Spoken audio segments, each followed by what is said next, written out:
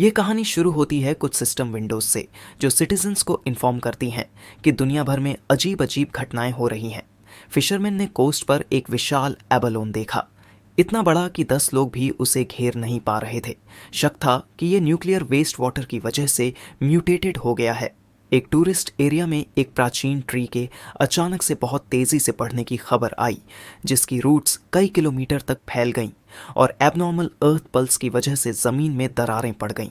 Notifications आती रहीं, आसमान से जायंट वाइन्स गिर रही थीं, जैसे किसी फेरी टेल की कहानी हकीकत बन रही हो। सबवे ट्रैक्स कई जगहों पर टूट चुके थे, जिससे कुछ लोगों की जान भी गई।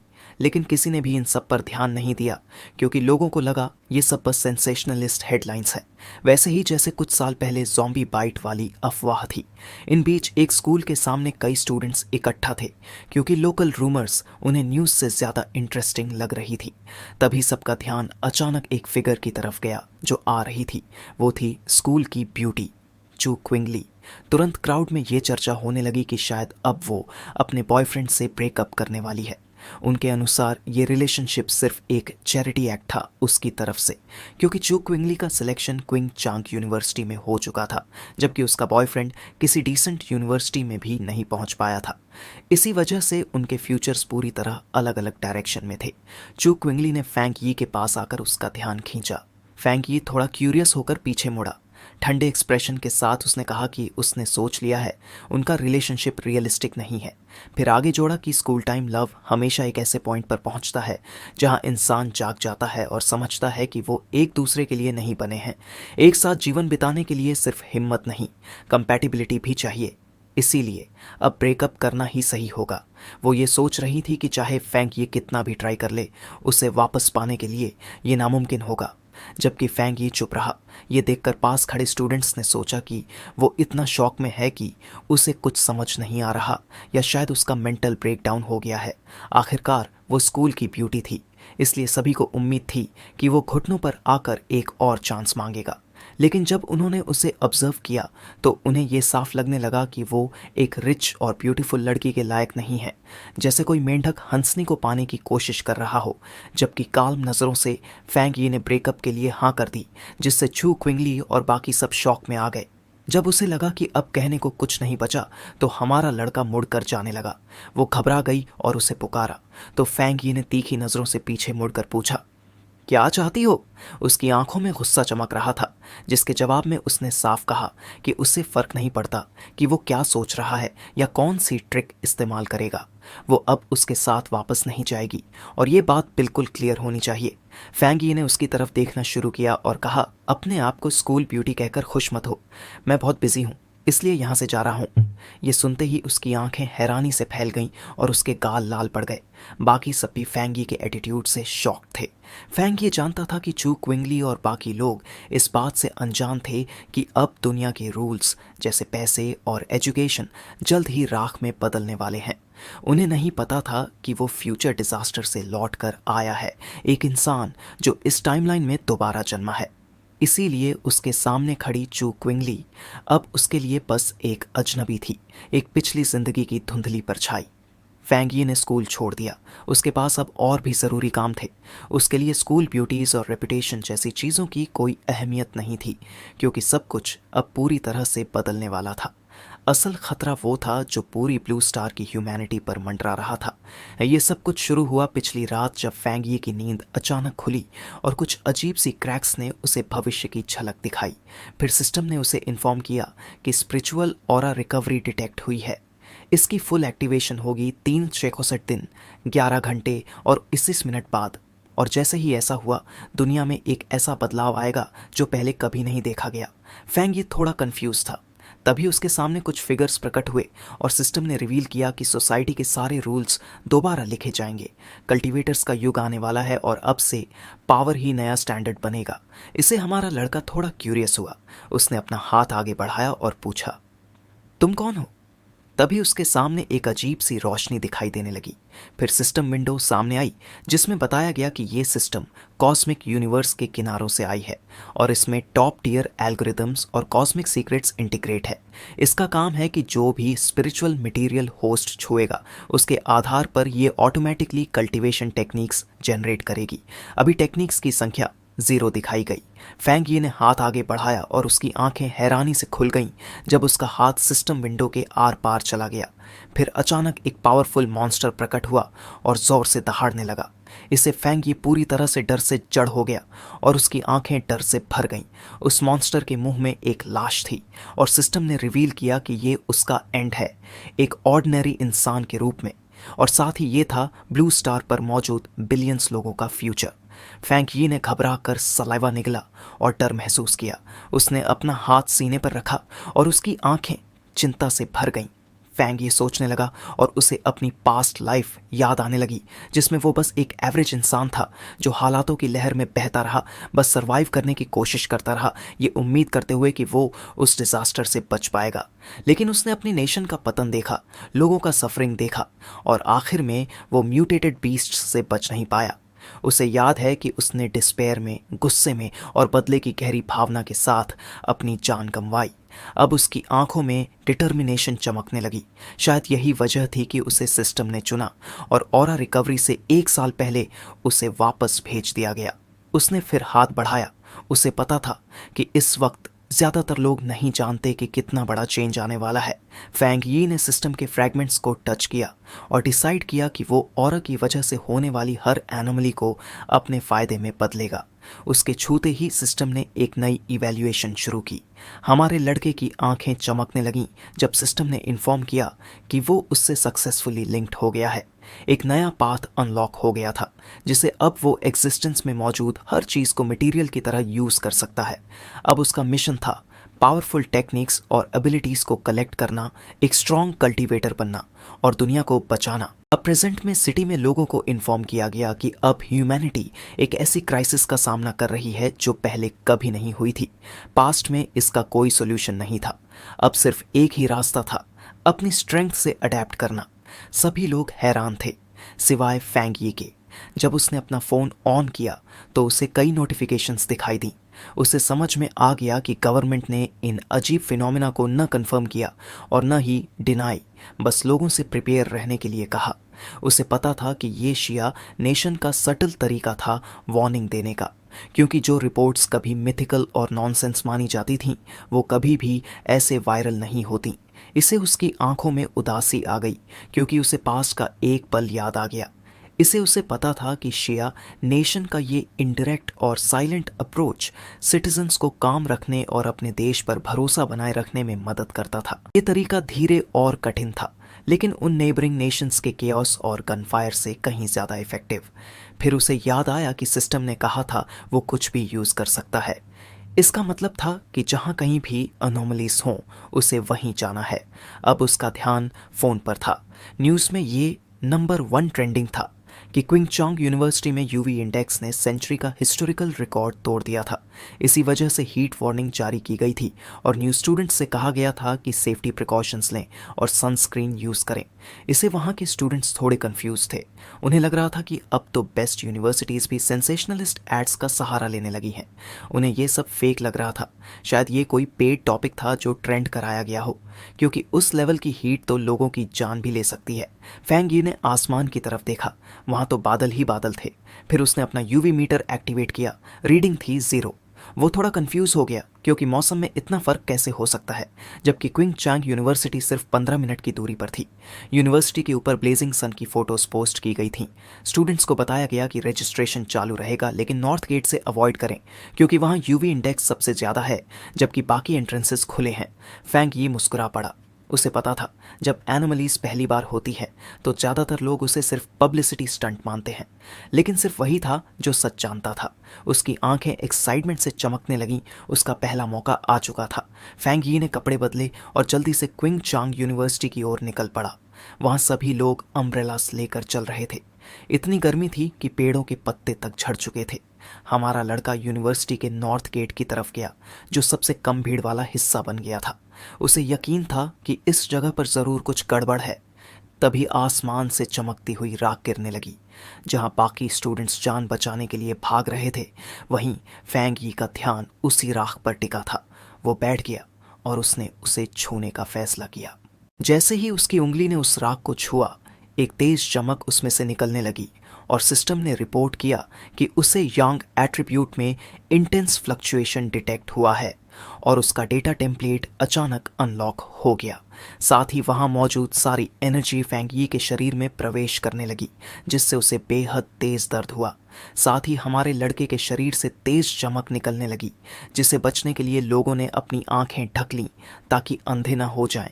उन्हें कुछ समझ नहीं आ रहा था। सबको लगा कि शायद ये कोई इल्यूजन है। एनर्जी ने फैंग यी के कपड़े जलाने शुरू कर दिए। वो दांत भींचने लगा दर्द सहते हुए। फिर उसने अपना सिर पकड़ लिया और पागलों जैसा रिएक्ट करने लगा। उसे नहीं पता था कि सिस्टम ने कंपाइलेशन कंप्लीट किया है या नहीं। उसे लग रहा था कि वो मरने ही वाला है। फिर सिस्टम ने जानकारी दी कि कंपाइलेशन कंप्लीट हो चुका है और फैंग यी को Yang attribute technique, golden sun breathing technique हासिल हो चुकी है। कुछ समय बाद क्विंग चैंग यूनिवर्सिटी में न्यू स्टूडेंट्स की रजिस्ट्रेशन का वक्त आ गया, जिससे हमारे मेन कैरेक्टर की एक्स गर्लफ्रेंड रजिस्ट्रेशन एरिया में पहुंची, जहां एक लड़का उसका सूटकेस उठाने की पेशकश करता है। फिर और भी लड़के उसका ध्यान पाने की कोशिश करते हैं, लेकिन वो सबको साफ मना कर देती है और कहती है उसे किसी की मदद की ज़रूरत नहीं। फिर वो पास खड़े एक कपल को घूर कर देखती है, चेहरे पर तिरस्कार की मुस्कान के साथ। लेकिन तभी एक तेज सुनहरी रोशनी चमकती है, जिससे वो और बाकी स्टूडेंट्स चौंक जाते हैं। इसके तुरंत बाद लाउडस्पीकर पर एक आवाज़ अनाउंसेस करती है कि नॉर्थ गेट से दूर रहे। लड़की सीरियस हो जाती है और डिसाइड करती है कि उसे जाकर देखना होगा कि वहाँ क्या हो रहा है। नॉर्थ गेट पर एक ज़बरदस्त गोल्डन एनर्जी बर्स्ट पूरा एरिया रोशन कर देता है। धुएं के बीच से एक डार्क फिगर प्रकट होता है, जिसके शरीर से एक इंटेंस और पावरफुल ऑरा निकल रही होती है। वो गहरी सांस लेता है और उसकी आंखों में चमकती हुई गोल्डन लाइट नजर आती है।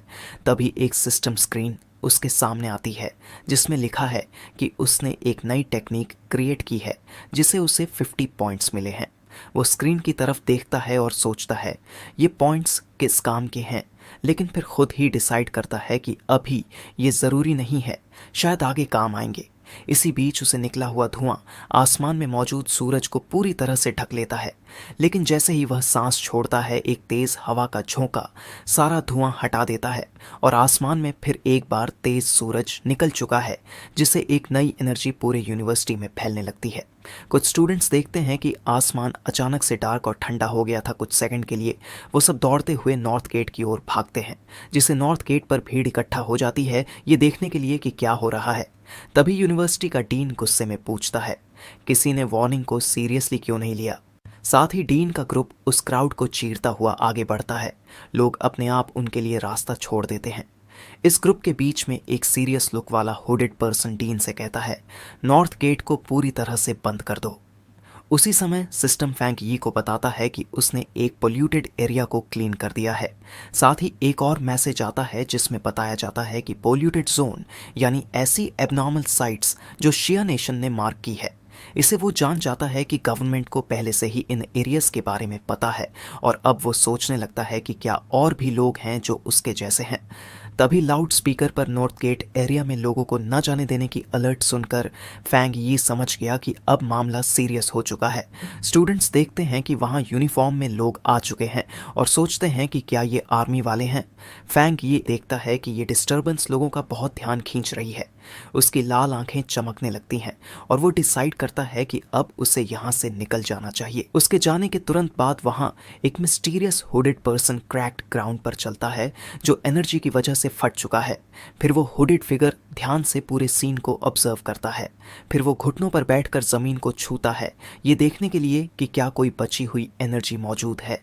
फिर जमीन का एक टुकड़ा उठाकर उसे ध्यान से देखने लगता है और समझ जाता है कि ये एनर्जी किसी इंसान की वजह से थी और बड़बड़ाता है कि क्या कोई और भी ऑरा के कांटेक्ट में आ गया है।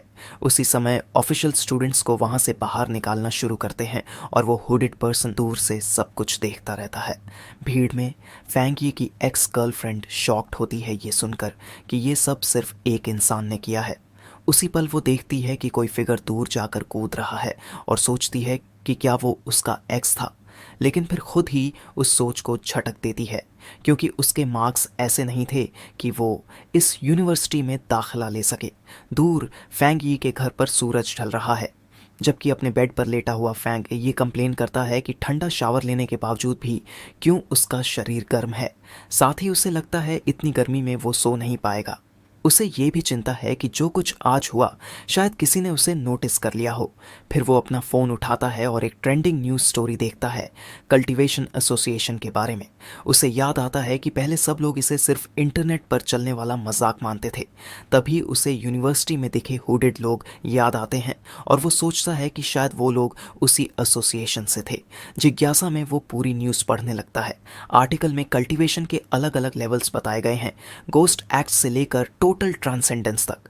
कमेंट्स में लोग इसे मजाक समझ रहे हैं, लेकिन वो सोचने लगता है क्या ये अनाउंसमेंट असली हो सकती है। फैंग ये सोचता है कि अपनी पास्ट लाइफ में एक नॉर्मल इंसान होने के नाते उसे इनमें से कुछ भी नहीं पता था, लेकिन अब वो लड़का कल्टीवेशन एसोसिएशन के बारे में सोच रहा है। उसके मुताबिक यह एक गवर्नमेंट साइट होनी चाहिए जो ऑरा के अर्ली कांटेक्ट लोगों को मदद करती है, और इसीलिए डिसाइड करता है कि वो अपनी टेक्निक फिर से ट्राई करेगा। वो आंखें बंद करता है और कंसंट्रेशन के साथ अपना ट्रेनिंग शुरू करता है। उसी वक्त उसके चारों ओर एक तेज गोल्डन एनर्जी फैलने लगती है। वो पसीने पसीने हो जाता है। फिर अचानक वो अपने कमरे में धीरे धीरे हवा में उठने लगता है, पूरी तरह से सुनहरी रोशनी से घिरा हुआ। एक डिवाइन लाइट उस पर पड़ती है। ये ट्रेनिंग का पहला स्टेप होता है, अपने शरीर को इतना स्ट्रांग बनाना कि वो हेवन और अर्थ की पावर को सह सके। वो एनर्जी को कंट्रोल करता है और उसे शेप देता है एक डिवाइन एक्स में। उसकी आंखें तेजी से चमकती हैं और वो स्माइल करता है, खुद को पावर से भरा हुआ महसूस करते हुए। फिर सिस्टम उसे बताता है कि उसने डुशुआई रल्म हासिल कर लिया है, जिसे उसे 50 और पॉइंट्स दिए जाते हैं। इससे फैंग यी को पिछले पॉइंट्स याद आते हैं और वो स्क्रीन पढ़ता है जिसमें लिखा है कि एक न्यू पाथ अब ओपन हो गया है। सिस्टम उसे समझाता है कि इन पॉइंट्स का यूज़ करके वो कंपाइल्ड डेटा किसी भी ऑब्जेक्ट में डाल सकता है। वो सोचता है किसी ऑब्जेक्ट में पावर डालने का आइडिया, और फिर उसकी नज़र टेबल पर रखे एक मग पर जाती है। वो अपना हाथ मग की तरफ बढ़ाता है तो उसकी हथेली से गोल्डन का पावर निकलने लगता है। साथ ही सिस्टम पूछता है, क्या आप एक पॉइंट यूज करके मग पर यांग एट्रीब्यूट अप्लाई करना चाहते हैं? उसे समझ आता है कि ये ठीक वैसा है जैसे किसी आइटम को एन्चांट करना ताकि उसमें कोई खास पावर आ जाए। वो सोचता है अगर वो ये किसी वेपन पर करता तो वो उसका खुद का स्पेशल हथियार बन सकता है, और डिसाइड करता है कि एक पावर्ड अप वेपन उसके आने वाले बैटल्स के लिए बहुत ज़रूरी होगा। फिर उसकी नज़र शेल्फ पर रखी एक छोटी सोर्ड पर जाती है और वो सोचता है कि इस पर टेस्ट करके देखता हूँ। अगर ये काम कर गया तो वो फ्यूचर में एक रियल वेपन खरीदेगा ताकि वो मॉन्स्टर से लड़ सके। आधी रात को उसके अपार्टमेंट से एक चमकदार रोशनी निकलती है जिससे ऐसा लगता है कि उसका एक्सपेरिमेंट सफल हो गया है। लेकिन इसी बीच बाहर एक डार्क क्रीचर जिसके ह्यूज क्लॉस हैं फैंग यी के अपार्टमेंट को देख रहा होता है। उसकी ग्लोइंग रेड आइज अंधेरे में उसके शार्प टीथ दिखा रही होती हैं।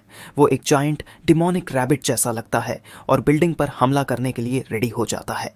लेकिन अपार्टमेंट के अंदर हमारा लड़का इस खतरे से बिल्कुल अनजान होता है। वो बेड पर लेटा हुआ होता है और कल्टीवेशन टेक्निक की वजह से थोड़ा अनकंफर्टेबल महसूस कर रहा होता है। तभी उसकी लाल आंखें खुल जाती हैं।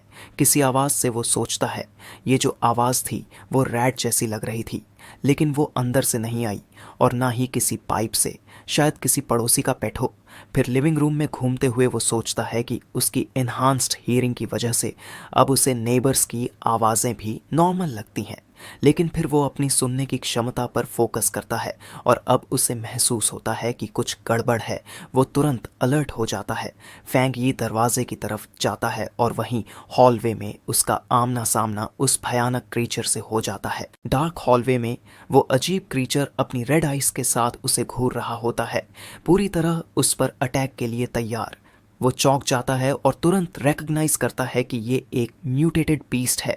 साथ ही उसे अपनी पास्ट लाइफ की एक भयानक मेमोरी याद आ जाती है जो उसे अंदर तक डरा देती है। इसी समय एक ड्रोन शहर के ऊपर रात को उड़ रहा होता है जो दिखाता है कि और लोग भी इस डेंजर के बारे में जानते हैं। एक बिल्डिंग की छत पर एक लड़की शिकायत करती है कि अब तक उन्होंने उस रैबिट को पकड़ा नहीं जिसने एक रेयर फ्रूट खा लिया था। उसके मुंह में लॉलीपॉप है और वो मिशन को लेकर काम और कॉन्फिडेंट लगती है। फिर वो अपनी टीम को इंस्ट्रक्शंस देती है, टारगेट के बारे में अपडेट्स भेजते रहो, मैं उसे ट्रैक कर रही हूँ। उसके बाद वो मिस्टीरियस लड़की बिल्डिंग की छत से नीचे कूदती है चेस शुरू करने के लिए। बहुत तेजी से गिरते हुए वो बड़े शहर की बिल्डिंग्स के बीच आराम से मूव करती है। अचानक उस लड़की को म्यूटेटेड बीस्ट की पावर फील होती है और उसे समझ आता है कि वो उसके बहुत करीब पहुंच गई है। उसकी ग्लोइंग आइज में डिटर्मिनेशन छलकती है और वो क्रीचर को लोकेट कर लेती है। एक इंटेंस फाइट के लिए रेडी होती है। वो मिस्टीरियस हंटर रूफटॉप पर जोर से लैंड करती है। उसकी मूवमेंट बहुत स्किल्ड होती है। फिर वो बिल्डिंग की साइड से नीचे भागती है और उसे एक क्लियर ऑर्डर मिलता है, टारगेट को हर हाल में चेस करना है। एक परफेक्ट लैंडिंग के साथ वो लड़की बिना रुके चेस से जारी रखती है। एक बिल्डिंग से दूसरी बिल्डिंग पर कूदते हुए वो वार्न करती है कि उस क्रीचर ने एक स्पेशल फ्रूट खा लिया है और शायद वो इवॉल्व हो रहा है। इसी वक्त एक आदमी जो देर रात तक काम कर रहा है अपनी खिड़की से कुछ बहुत तेज गुजरते हुए देखता है और कंफ्यूजन में पड़ जाता है। वो सोचता है, क्या मैं कुछ देख रहा हूँ या मेरी आंखें धोखा दे रही हैं? लेकिन तभी उसका बॉस चिल्लाता है, क्या देख रहा है, काम कर। उधर हंटर 65वीं मंजिल पर चांद के सामने शैडो की तरह खड़ी होती है। अपार्टमेंट में वापस फैंकी का सामना उस अजीब क्रीचर से हो रहा है जो उस पर जोर से चिल्लाता है। अचानक उसकी गोल्डन आइज चमकती है और वो जानता है कि उसका शरीर अब बदल चुका है और अब वो बराबरी से लड़ सकता है। इसलिए जब क्रीचर अपने क्लॉज से हमला करता है, फैंकी उस अटैक को अनबिलीवेबल स्पीड से डॉज कर लेता है। वो सोचता है, मेरा बॉडी सच में बदल चुका है, अब मैं इन अटैक्स को स्लो मोशन में देख पा रहा हूँ। अपने हाथ में सन एनर्जी के साथ वो सोचता है, ये म्यूटेटेड बीस्ट इतनी जल्दी यहाँ कैसे आ गया? वो अपनी पास्ट लाइफ की बातें याद करता है और मॉन्स्टर के सामने खड़ा हो जाता है। उसे पता है कि क्रीचर अभी पूरी तरह से इवॉल्व नहीं हुआ है और अगर उसने देर की तो ये और भी ज़्यादा पावरफुल और डेंजरस बन जाएगा। इसलिए वो आगे बढ़ता है क्योंकि उसे ये रोकना ही है, वरना बिल्डिंग में सब मारे जाएंगे। फैंकी एनर्जी से भरे हाथ से क्रीचर की पूंछ पकड़ लेता है और बिना किसी डर के हवा में घुमाता है और महसूस करता है कि उसकी टेल ही उसका वीक स्पॉट है। ये मौका देखकर वो पूरे स्ट्रेंथ से उसे जोर से खिड़की की तरफ फेंकता है। विंडो पूरी ताकत से टूट जाती है और वह अपार्टमेंट से बाहर फेंका जाता है। इसके तुरंत बाद फैंग यी भी उसके ऊपर छलांग लगाता है, अपने हाथ में एक पावरफुल एनर्जी इकट्ठा कर जो सीधा उसके सीने पर दे मारता है, जो उसके आर पार हो जाती है और उसके सीने पर एक बड़ा सा छेद छोड़ जाती है। लेकिन वो अजीब बीस्ट उस एनर्जी को अपने शरीर में अब्सॉर्ब करने लगता है, मानो उसकी पावर को अपना बनाना चाहता हो। फैंग यी को तुरंत समझ आता है ये क्रीचर उसकी यंग पावर चुराने की कोशिश कर रहा है और वो पीछे नहीं हटता। वो सोचता है, सन की पावर बहुत ज़्यादा है, ये रैबिट खुद को ही तबाह कर रहा है। थोड़ी देर बाद एक गोल्डन एक्सप्लोजन पूरे क्रीचर को ढक लेती है क्योंकि वो इतनी एनर्जी को संभाल नहीं पाता। बिल्डिंग के पास एक कपल उस तेज आवाज से जाग जाता है और आदमी सोचता है, क्या ये थंडर था? वो खिड़की तक जाता है लेकिन बाहर कुछ भी अनयूजुअल नहीं दिखता। हमारा हीरो जमीन पर लैंड करता है। चारों ओर उसकी बची हुई गोल्डन एनर्जी फैली होती है। वो सोचता है कि ये क्रीचर किसी भूखे भटके हुए गोश्त जैसा था जो उसकी पावर को निगलना चाहता था। फाइट के बाद उस मॉन्स्टर की आई जमीन पर गिरती है और उसमें से एक अजीब सी काली स्मोक निकलती है। गंभीर नजरों से वो क्रीचर की बची हुई बॉडी को देखता है जिसे उसने अभी अभी हराया है। फिर बिना सोचे वो उस आई पर जोर से पैर रखता है और क्रीचर का बचा कुचा हिस्सा क्रश कर देता है। उसे समझ आ जाता है कि ये जो डार्क एट्रीब्यूट का क्रीचर है बुरी तरह उसकी ऑपोजिट यंग टाइप पावर के लिए तरस रहा था। वो सोचता है अगर वो नॉर्मल होता तो ये मॉन्स्टर बिल्डिंग के सारे लोगों को आराम से खा जाता। अब उसे पूरा यकीन है कि उसे आगे के खतरों का सामना करने के लिए और ज़्यादा टेक्निक्स सीखनी होंगी। उसी वक्त एक मिस्टीरियस लड़की चांदनी रात में हवा में कूदती है, एक असली हंटर की तरह। शानदार स्पीड से वो बिल्डिंग की दीवार से नीचे दौड़ती है। जब वो सीन पर पहुंचती है तो उस मिस्टीरियस हंटर की आंखें चौड़ी हो जाती हैं। शौक में भरकर रात के अंधेरे में खड़ी वो सोचती है, क्या कोई और मेरा टारगेट हरा चुका है? घुटनों के बल नीचे बैठते हुए वो ऑब्जर्व करती है कि टारगेट पूरी तरह से नष्ट हो चुका है और अब वो डार्क एट्रीब्यूट वापस लेने की कोशिश करेगी। लेकिन जैसे ही वो क्रीचर के बचे हुए हिस्से को छूती है, वो हैरान रह जाती है क्योंकि वहां अभी भी थोड़ी गोल्डन एनर्जी बची होती है। उस लड़की को एक तेज हीट और जलती हुई पावर फील होती है जो उसे तुरंत पीछे हटने पर मजबूर कर देती है। उसे याद आता है ये एनर्जी उसने यूनिवर्सिटी गेट पर भी महसूस की थी और अब उसे यकीन हो जाता है कि ये कोई कोइंसिडेंस नहीं है। इस डिस्कवरी के बाद वो लड़की अपने कम्युनिकेटर को ऑन करती है। गंभीर और डिटर्मिन्ड एक्सप्रेशन के साथ वो अपनी बॉस को बताती है टारगेट को एक नए पावरफुल फोर रनर ने एलिमिनेट किया है जिसके पास स्पेशल एबिलिटी है। उसके कम्युनिकेटर से एक वॉइस पूछती है, क्या तुम्हें यह कहना है ये वही इंसान है जिसने क्विंग चान यूनिवर्सिटी के नॉर्थ गेट को साफ किया और अब उस रैबिट को भी मार दिया? फिर आगे जोड़ता है, इस व्यक्ति का ऑरा सिर्फ गोस्ट एक्स रेल्म के 1 स्टार पर है, लेकिन इसकी ये एट्रीब्यूट एनर्जी नॉर्थ गेट की यंग एनर्जी की तरह प्योर है, जिसे एक आदमी कंफर्म करता है और आगे जोड़ता है कि इस इंसान के बारे में हमारे पास कोई जानकारी नहीं है और एसोसिएशन को उसे रिक्रूट करना चाहिए। सिल्वर हेड गर्ल इस प्लान से अग्री करती है, साथ ही उस यंग एनर्जी को इकट्ठा करती है। फिर बहुत ही केयरफुली उस छोटी सी एनर्जी फ्लेम को अपने कपड़ों में लगे एक स्पेशल कंटेनर में बंद कर देती है। फिर उसका बॉस उसे आदेश देता है, बाकी सारी मिशंस रोक दो और सिर्फ इस नए फोर रनर को ढूंढो और उससे कन्विंस करो और कल्टीवेशन एसोसिएशन में ज्वाइन करने के लिए। इतना सुनते ही वो मिस्टीरियस हंटर शांति से अपने हाथ में पकड़ा हुआ लॉलीपॉप अनरैप करती है। फिर उस कैंडी को मुंह में रखती है और कहती है, समझ गई। लेकिन मिशन शुरू करने से पहले वो कहती है, मुझे पहले एक मिल्क टी लेनी है रिलैक्स करने के लिए। साथ ही सोचती है, आखिर ये मिस्टीरियस और इतना पावरफुल इंसान है कौन? फिर लड़की ठान लेती है कि मुझे इस पावरफुल मास्टर से ज़रूर मिलना है। फैंग यी का दिन सनराइज से शुरू होता है। वो स्ट्रेच करता है, ट्रेनिंग के लिए रेडी है। उसे पता है जल्दी उठना उसकी पावर के लिए फ़ायदेमंद है, इसलिए वो एक नई ट्रेनिंग सेशन की तैयारी करता है। वो अपना ब्रीदिंग मेथड यूज़ करता है और सुबह की गोल्डन एनर्जी को अंदर खींचता है। जैसे जैसे एनर्जी उसके अंदर जाती है, उसकी आंखें गोल्डन पावर से ग्लो करने लगती हैं। वो गोस्ट एक्स रेल्म में एंटर करता है और उसे टेक्निक की पावर महसूस होने लगती है। अचानक एक एनर्जी बर्स्ट होता है जो उसे चौंका देता है। उसे समझ आता है कि वो फिर से और ज़्यादा स्ट्रांग हो रहा है। फिर पावर उसके पूरे शरीर में फ्लो करती है और वो उसे कंट्रोल करने के लिए फोकस करता है। वो अपनी मुट्ठी कसता है और अब एनर्जी को अपने हाथ में महसूस करता है। वो अपना की एक्स समन करता है और देखता है कि अब ये वेपन पहले से कहीं ज़्यादा हल्का लग रहा है। वो मजबूती से वेपन का हैंडल पकड़ता है, अपनी नई ताकत को आजमाने के लिए रेडी।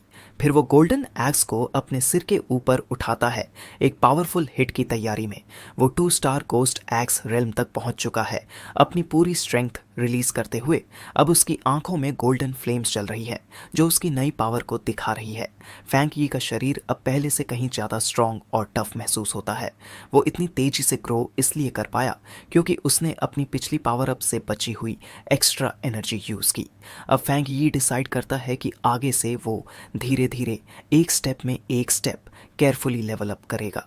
लेकिन उसकी बढ़ती पावर बहुत अटेंशन ले रही है, इसलिए उसे अब एक ज़्यादा प्राइवेट जगह की ज़रूरत है। इसी बीच एसोसिएशन के ऑफिस में एक आदमी को हवा में कुछ अजीब सा महसूस होता है। वो देखता है कि सूरज की एनर्जी में कुछ बदलाव आया है और सोचता है, क्या फिर से वही नया लड़का है? फैंग यी अब एक शांत जगह ढूंढता है, एक नदी के पास, जहां वो अपनी प्लानिंग कंटिन्यू कर सके। तभी एक सिस्टम स्क्रीन सामने आता है और वो कंफर्म करता है कि वो अपने वेपन में एक स्पेशल क्वालिटी ऐड करेगा। इसे देख उसे याद आता है उसने पहले एक और आइटम पर यह ट्राई किया था, लेकिन वो आइटम इस पावर को संभाल नहीं पाया। लेकिन इस बार ये नया ब्लेड उसकी एनर्जी के साथ परफेक्टली सिंक करता है, एक स्ट्रॉन्ग कनेक्शन बनाते हुए। एक सिस्टम मैसेज कंफर्म करता है, आइटम एनकोडिंग सक्सेसफुली हो गया। अपने नए वेपन से एक्साइटेड होकर वो तुरंत उसकी अमेजिंग पावर टेस्ट करने के लिए तैयार हो जाता है। टेस्ट का रिजल्ट उसे शॉक कर देता है क्योंकि सोर्ड से निकली पावर अनबिलीवेबल होती है। एक बड़ा गोल्डन बीम ऑफ लाइट उस ब्लेड से निकलकर आसमान में चला जाता है।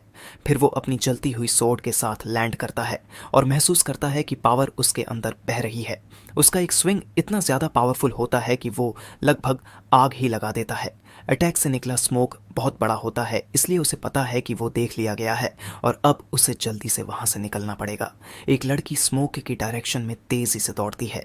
वो गुस्से में कंप्लेन करती है, मैं बस एक मोमेंट के लिए बाहर क्या गई और सब मिस हो गया। अचानक वो लड़की रुकती है। उसे दिखता है कि नदी लिटरली बॉयल हो रही है। फिर वो एजेंट उस डैमेज्ड एरिया के ऊपर उड़ती है और सोचती है कि आखिर उस नए लड़के ने यहाँ किया क्या है। उसे ऑलरेडी इमेजिन होने लगता है कि अब सब कुछ खराब होने के बाद उसे डांट पड़ने वाली है। तभी उसे दूर एक गोल्डन फ्लैश दिखता है और उसकी क्यूरियोसिटी बढ़ जाती है। हंटर उस एनर्जी को महसूस करके शॉक हो जाती है। ये पॉसिबल ही नहीं है। उसका पावर लेवल एक स्टार से सीधे 2 स्टार तक जंप कर गया है और उसने एक स्पिरिट वेपन भी बना लिया है। एसोसिएशन के पास ऐसे सिर्फ 2 वेपन्स हैं और उन्हें बनाने का तरीका आज तक पूरी तरह से नोन भी नहीं है। लड़की सस्पिशियस हो जाती है, सोचती है आखिर इसे इतनी पावर अकेले कैसे मिल गई। लेकिन फिर उसे लगता है शायद वो गलत सोच रही है और डिसाइड करती है कि पहले ये जो गड़बड़ उसने की है उसे क्लीन किया जाए। काफ़ी दूर फैंग ये सोच रहा होता है कि उसकी वेपन में अब यांग एट्रीब्यूट है, लेकिन उसे इससे भी ज़्यादा चाहिए क्योंकि सिस्टम कुछ भी एनकोड कर सकता है। वो प्लान करता है कि वो अपनी ब्लेड में और क्वालिटीज़ ऐड करेगा। तभी उसका फ़ोन बज़ करता है। उसे किसी अननोन आदमी से मैसेज आया है। वो बिल्कुल भूल गया था कि उसे खुद को प्राइवेट रखना था और अब एक अजनबी उसे पायनियर्स ग्रुप में इनवाइट कर रहा है। उसे ये जानकर झटका लगता है कि ऑफिशियल मेंबर्स को कम से कम गोस्ट एक्स रेल्म लेवल का होना ज़रूरी है। वो स्ट्रेंजर बात करता है एक नए पोल्यूशन जोन की और उसे एक ग्रुप हंट के लिए इनवाइट करता है। फैंग की लोकेशन पूछता है तो स्ट्रेंजर उसे एक फाइल भेजता है जिसमें शैडो रिवर के लावा ड्रैगन के बारे में इन्फो होती है। इस जोन में लावा है और वही यांग एट्रीब्यूट भी जो अब उसके पास है। तो फैंग ये डिसाइड करता है कि वो ये इनविटेशन एक्सेप्ट करेगा। दूसरी तरफ बिन्मू डिस्ट्रिक्ट में एक ग्रुप वेट कर रहा होता है ओल्ड ली के दोस्त के आने का। एक मेंबर कहता है कि उस लड़की का मैप इतना एक्यूरेट था कि उसे यहाँ तक पहुँचने में कोई परेशानी नहीं हुई। ब्लॉन्ड गर्ल सबको थैंक्स कहती है कि वो आए और बताती है कि उन्हें मिलकर काम करना होगा। वो कल्टीवेशन एसोसिएशन से है और उसे थोड़ा डिसअपॉइंटमेंट है कि यहाँ के ये पायनियर्स बहुत स्ट्रांग नहीं हैं। बहुत लोग नहीं जानते कि कल्टीवेशन एसोसिएशन एक गवर्नमेंट ग्रुप है और उसमें एंट्री लेना बहुत हार्ड होता है। उसे उसमें घुसने के लिए अपने फैमिली से फेवर्स भी दिलवाने पड़े, इसलिए वो अपने पहले ही टास्क में फेल होना बिल्कुल नहीं चाहती। तभी एक एक्सप्लोरर चिल्लाता है कि वो न्यूबी आ गया है और उसका नाम लेता है फैंगी। फैंगी अपनी नई स्वॉर्ड के साथ एक स्ट्रॉन्ग एंट्रेंस करता है और ग्रुप को अपना इंट्रोडक्शन देता है। एजेंट उसकी पावर से थोड़ा शॉक्ड होती है, लेकिन उसका ऑरा डरावना नहीं बल्कि वार्म लगता है। अब जब टीम पूरी हो जाती है तो लीडर सिग्नल देता है और सभी केव एंट्रेंस की तरफ बढ़ते हैं। फैंग ये डिसाइड करता है कि वो सबसे आगे जाएगा और ब्लॉन्ड एजेंट से कहता है कि वो लाइट संभाले। ग्रुप केव के अंदर चलता है और उनमें से एक फैंग यी को वॉर्न करता है कि रॉक्स ढीले हैं। साथ ही उन्हें ये थोड़ा अजीब लगता है कि अभी तक अंदर बहुत गर्मी नहीं महसूस हो रही, जबकि फैंग ये सोचता है कि इस टीम ने कितनी जल्दी उसे एक्सेप्ट कर लिया और उसे लगता है कि इन टफ टाइम्स में ये दोस्ती सच में रियल है। फैंग ये आगे बढ़ता है और ज़मीन उसके पैरों के नीचे रंग बदलने लगती है जो खतरे का सिग्नल देती है। अचानक सब एक बड़े से ओपन एरिया में पहुंचते हैं और हैरान रह जाते हैं क्योंकि उनके सामने लिटरली बॉइलिंग लावा की एक रिवर बह रही होती है। बिना एक सेकंड गंवाए फैंग ये सीधे उसकी तरफ दौड़ पड़ता है और ब्लॉन्ड एजेंट चिल्लाती है, इतना रेकलेस मत बनो।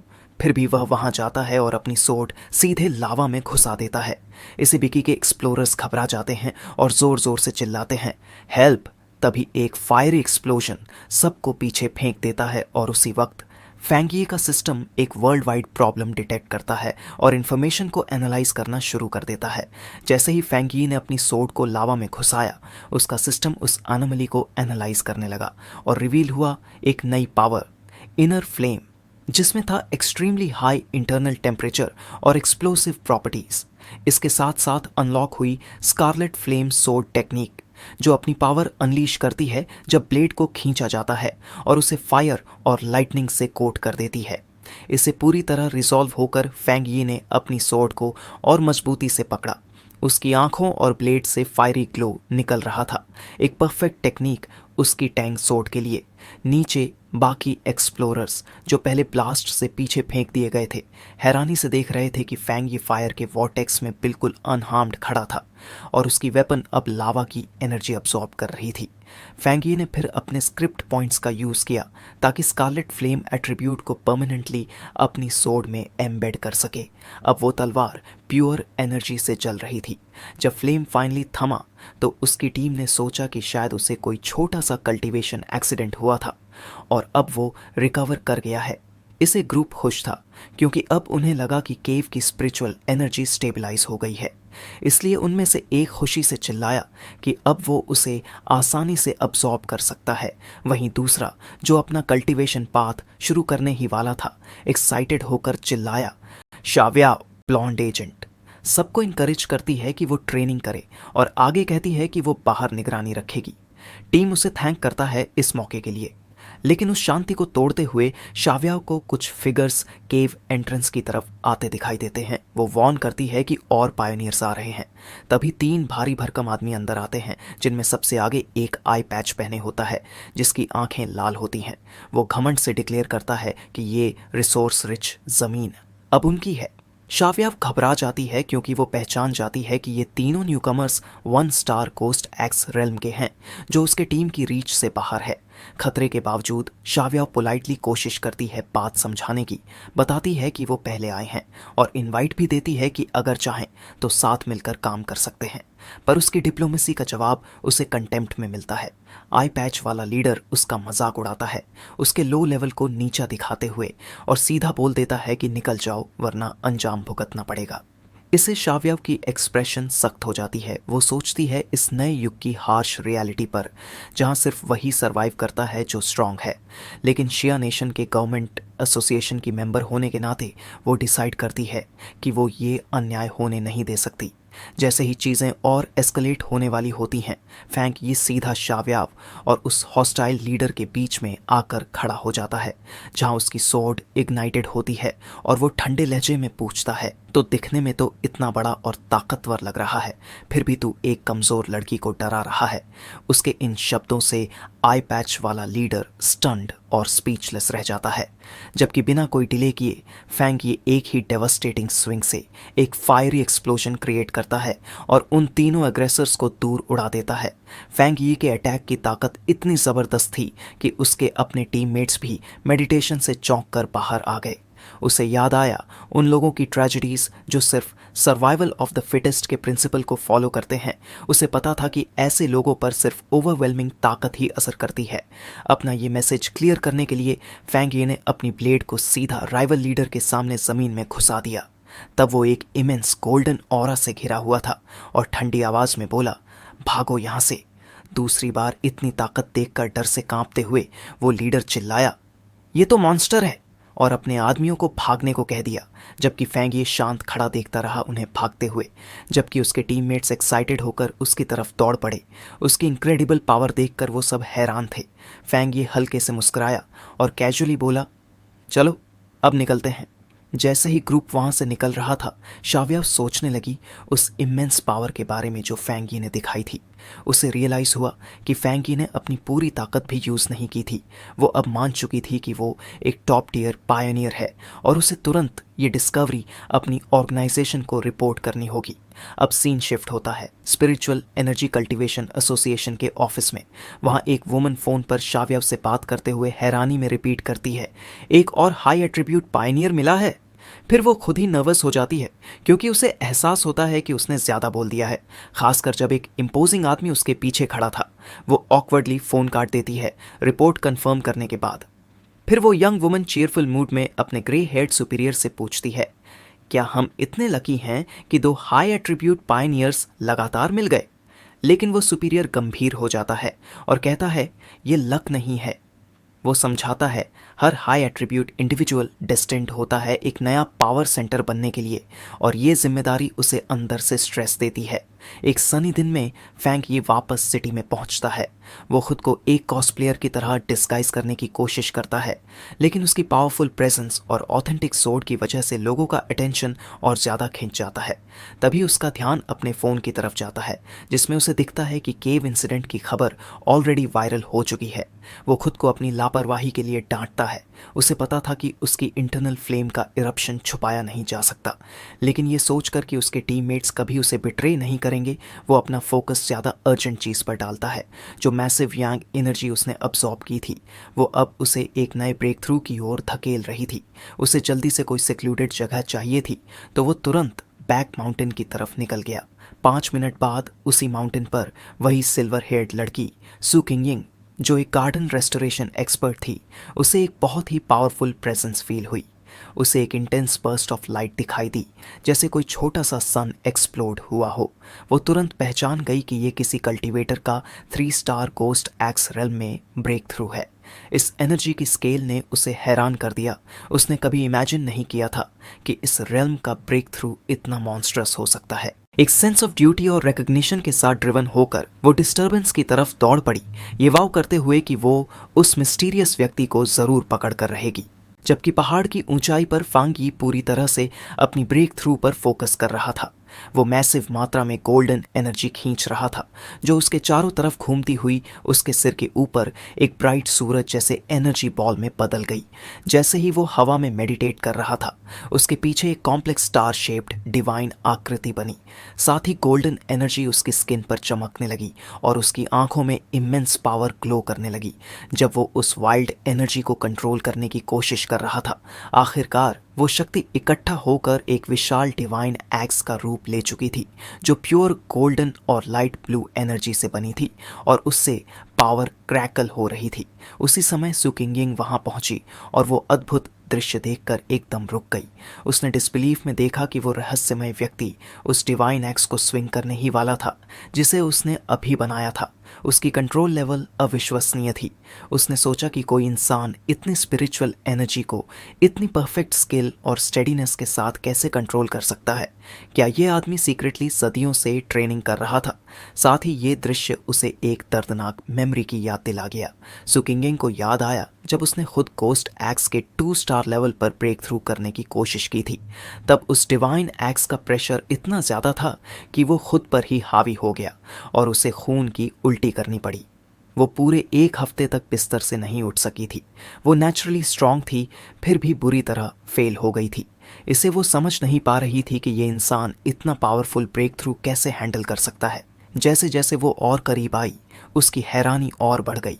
वो मैसिव स्पिरिचुअल एनर्जी, उस एक्स की हर मूव में परफेक्ट कंट्रोल और उस हर पावर का छोटा सा हिस्सा ऐसा लग रहा था जैसे हजारों बार प्यूरिफाई किया गया हो। ये सब उसकी समझ से परे था। इसलिए उसने डिसाइड किया कि ये इंसान सिर्फ एक पावरफुल मास्टर नहीं है, ये तो ऐसा लग रहा था जैसे कोई गॉड आसमान से उतर आया हो। उसे उसकी काल्म और स्टेडी तरीके पर भी ध्यान गया। ज़्यादातर पायनियर्स जब ब्रेक थ्रू का फील करते हैं तो जल्दी में उसे पूरा करने की कोशिश करते हैं, लेकिन ये व्यक्ति एक मास्टर की तरह डीप एक्सपीरियंस और स्ट्रॉन्ग माइंड के साथ धीरे धीरे सब कंट्रोल कर रहा था। उसके थॉट्स तब रुके जब वो विशाल फायरी डिवाइन एक्स हिलने लगी। फिर उसने हैरानी में देखा जब वो एक्स एक पर्पस के साथ ईस्ट की तरफ स्विंग हुई, जबकि अपने पावर के पीक पर फांगी की आंखों में प्योर गोल्डन लाइट जलने लगी और उसके चेहरे पर रॉ एनर्जी की दरारें फैल गईं।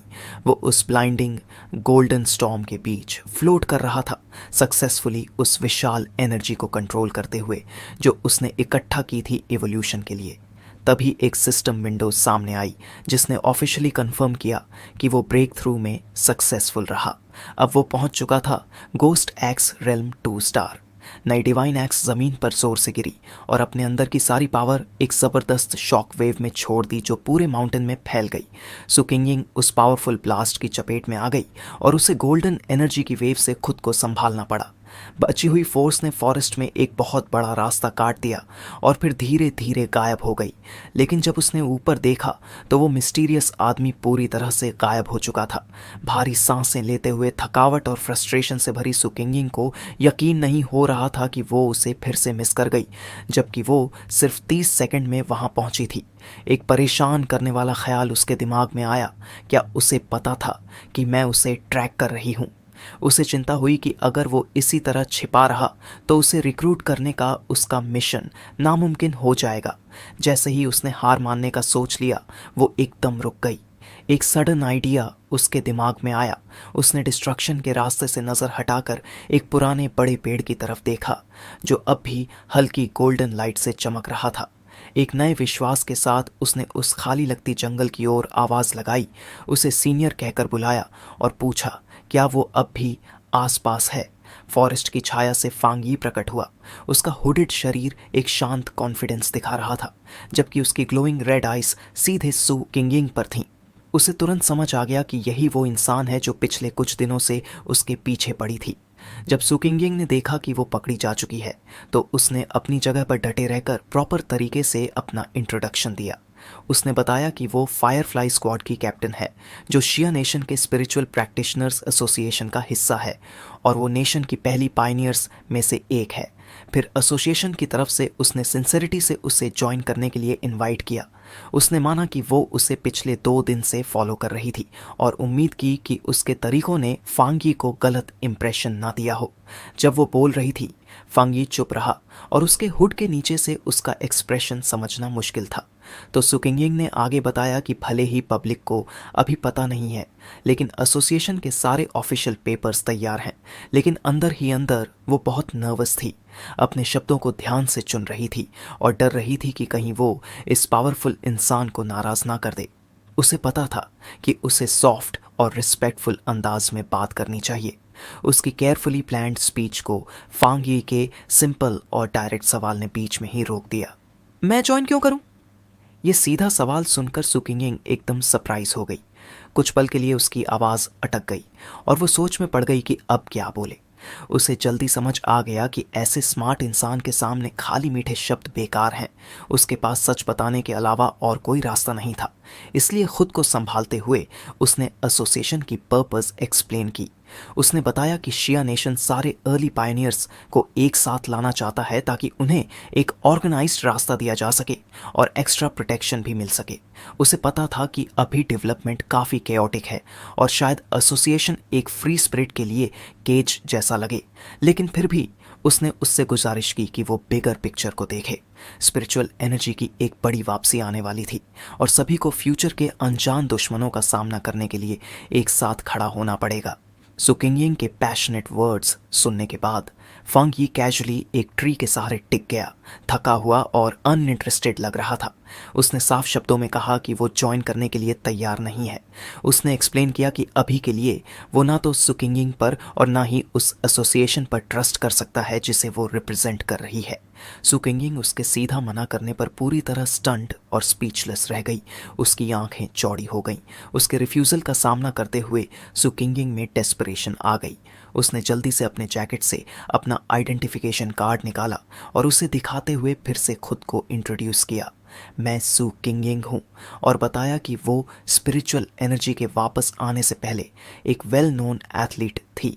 उसने उससे रिक्वेस्ट की कि वो उस पर भरोसा करे, ये सोचते हुए कि शायद उसकी पब्लिक आइडेंटिटी उसे कुछ ट्रस्ट दिला सके।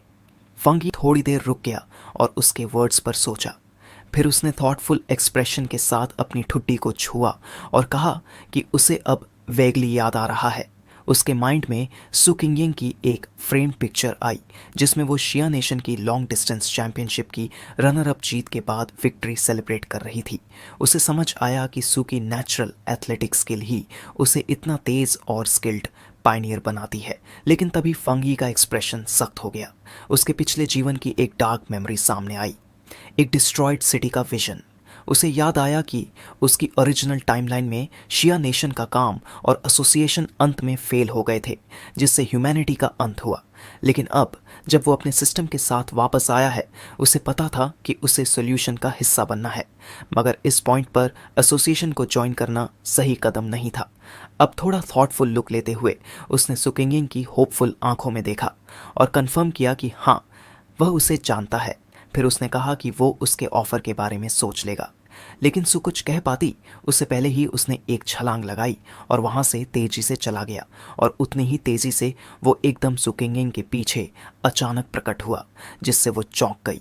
उसने उसे एक फर्म कंडीशन दी कि वो अभी के लिए उसकी लोकेशन किसी को भी नहीं बताए। अपने मन में उसने सू के रिस्पेक्टफुल बिहेवियर को नोटिस किया और अंदाज़ा लगाया कि एसोसिएशन शायद पावरफुल पायनियर्स को नाराज़ करने से बचती है जो उनके साथ नहीं है। उसने इसे एक ऐसी कमजोरी की तरह देखा जिसे वो इस्तेमाल कर सकता है।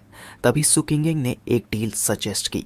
उसने एक्सप्लेन किया कि एसोसिएशन ने उसके ब्रेक थ्रू की एनर्जी डिटेक्ट की है और उसे एक रिपोर्ट फाइल करनी है।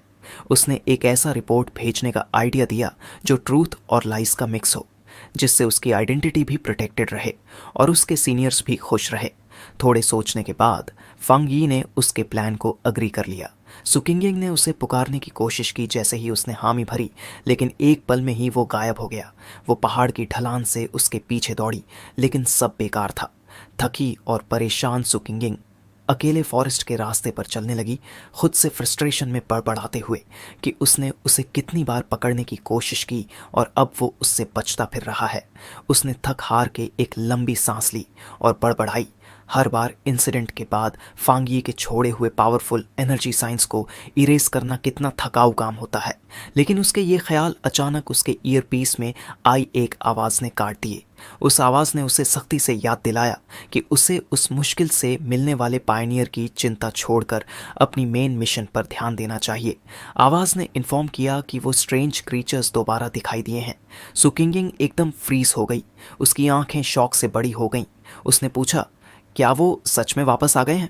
तभी उसके दिमाग में एक डरावनी याद चमकी। जहां वो घिरी हुई थी उन डरावने वुल्फ जैसे क्रीचर्स से, जिनके मुंह खून से सने थे और आंखें लाल रोशनी से चमक रही थीं। उसने मन ही मन सोचा, मैं उन अजीब खून पीने वाले बीस्ट्स को कभी नहीं भूल सकती। उसने आगे बताया कि ये थे ईविल और खून के प्यासे मॉन्स्टर्स जो स्पिरिचुअल एनर्जी की वापसी से बने पोल्यूशन जोन से पैदा हुए थे।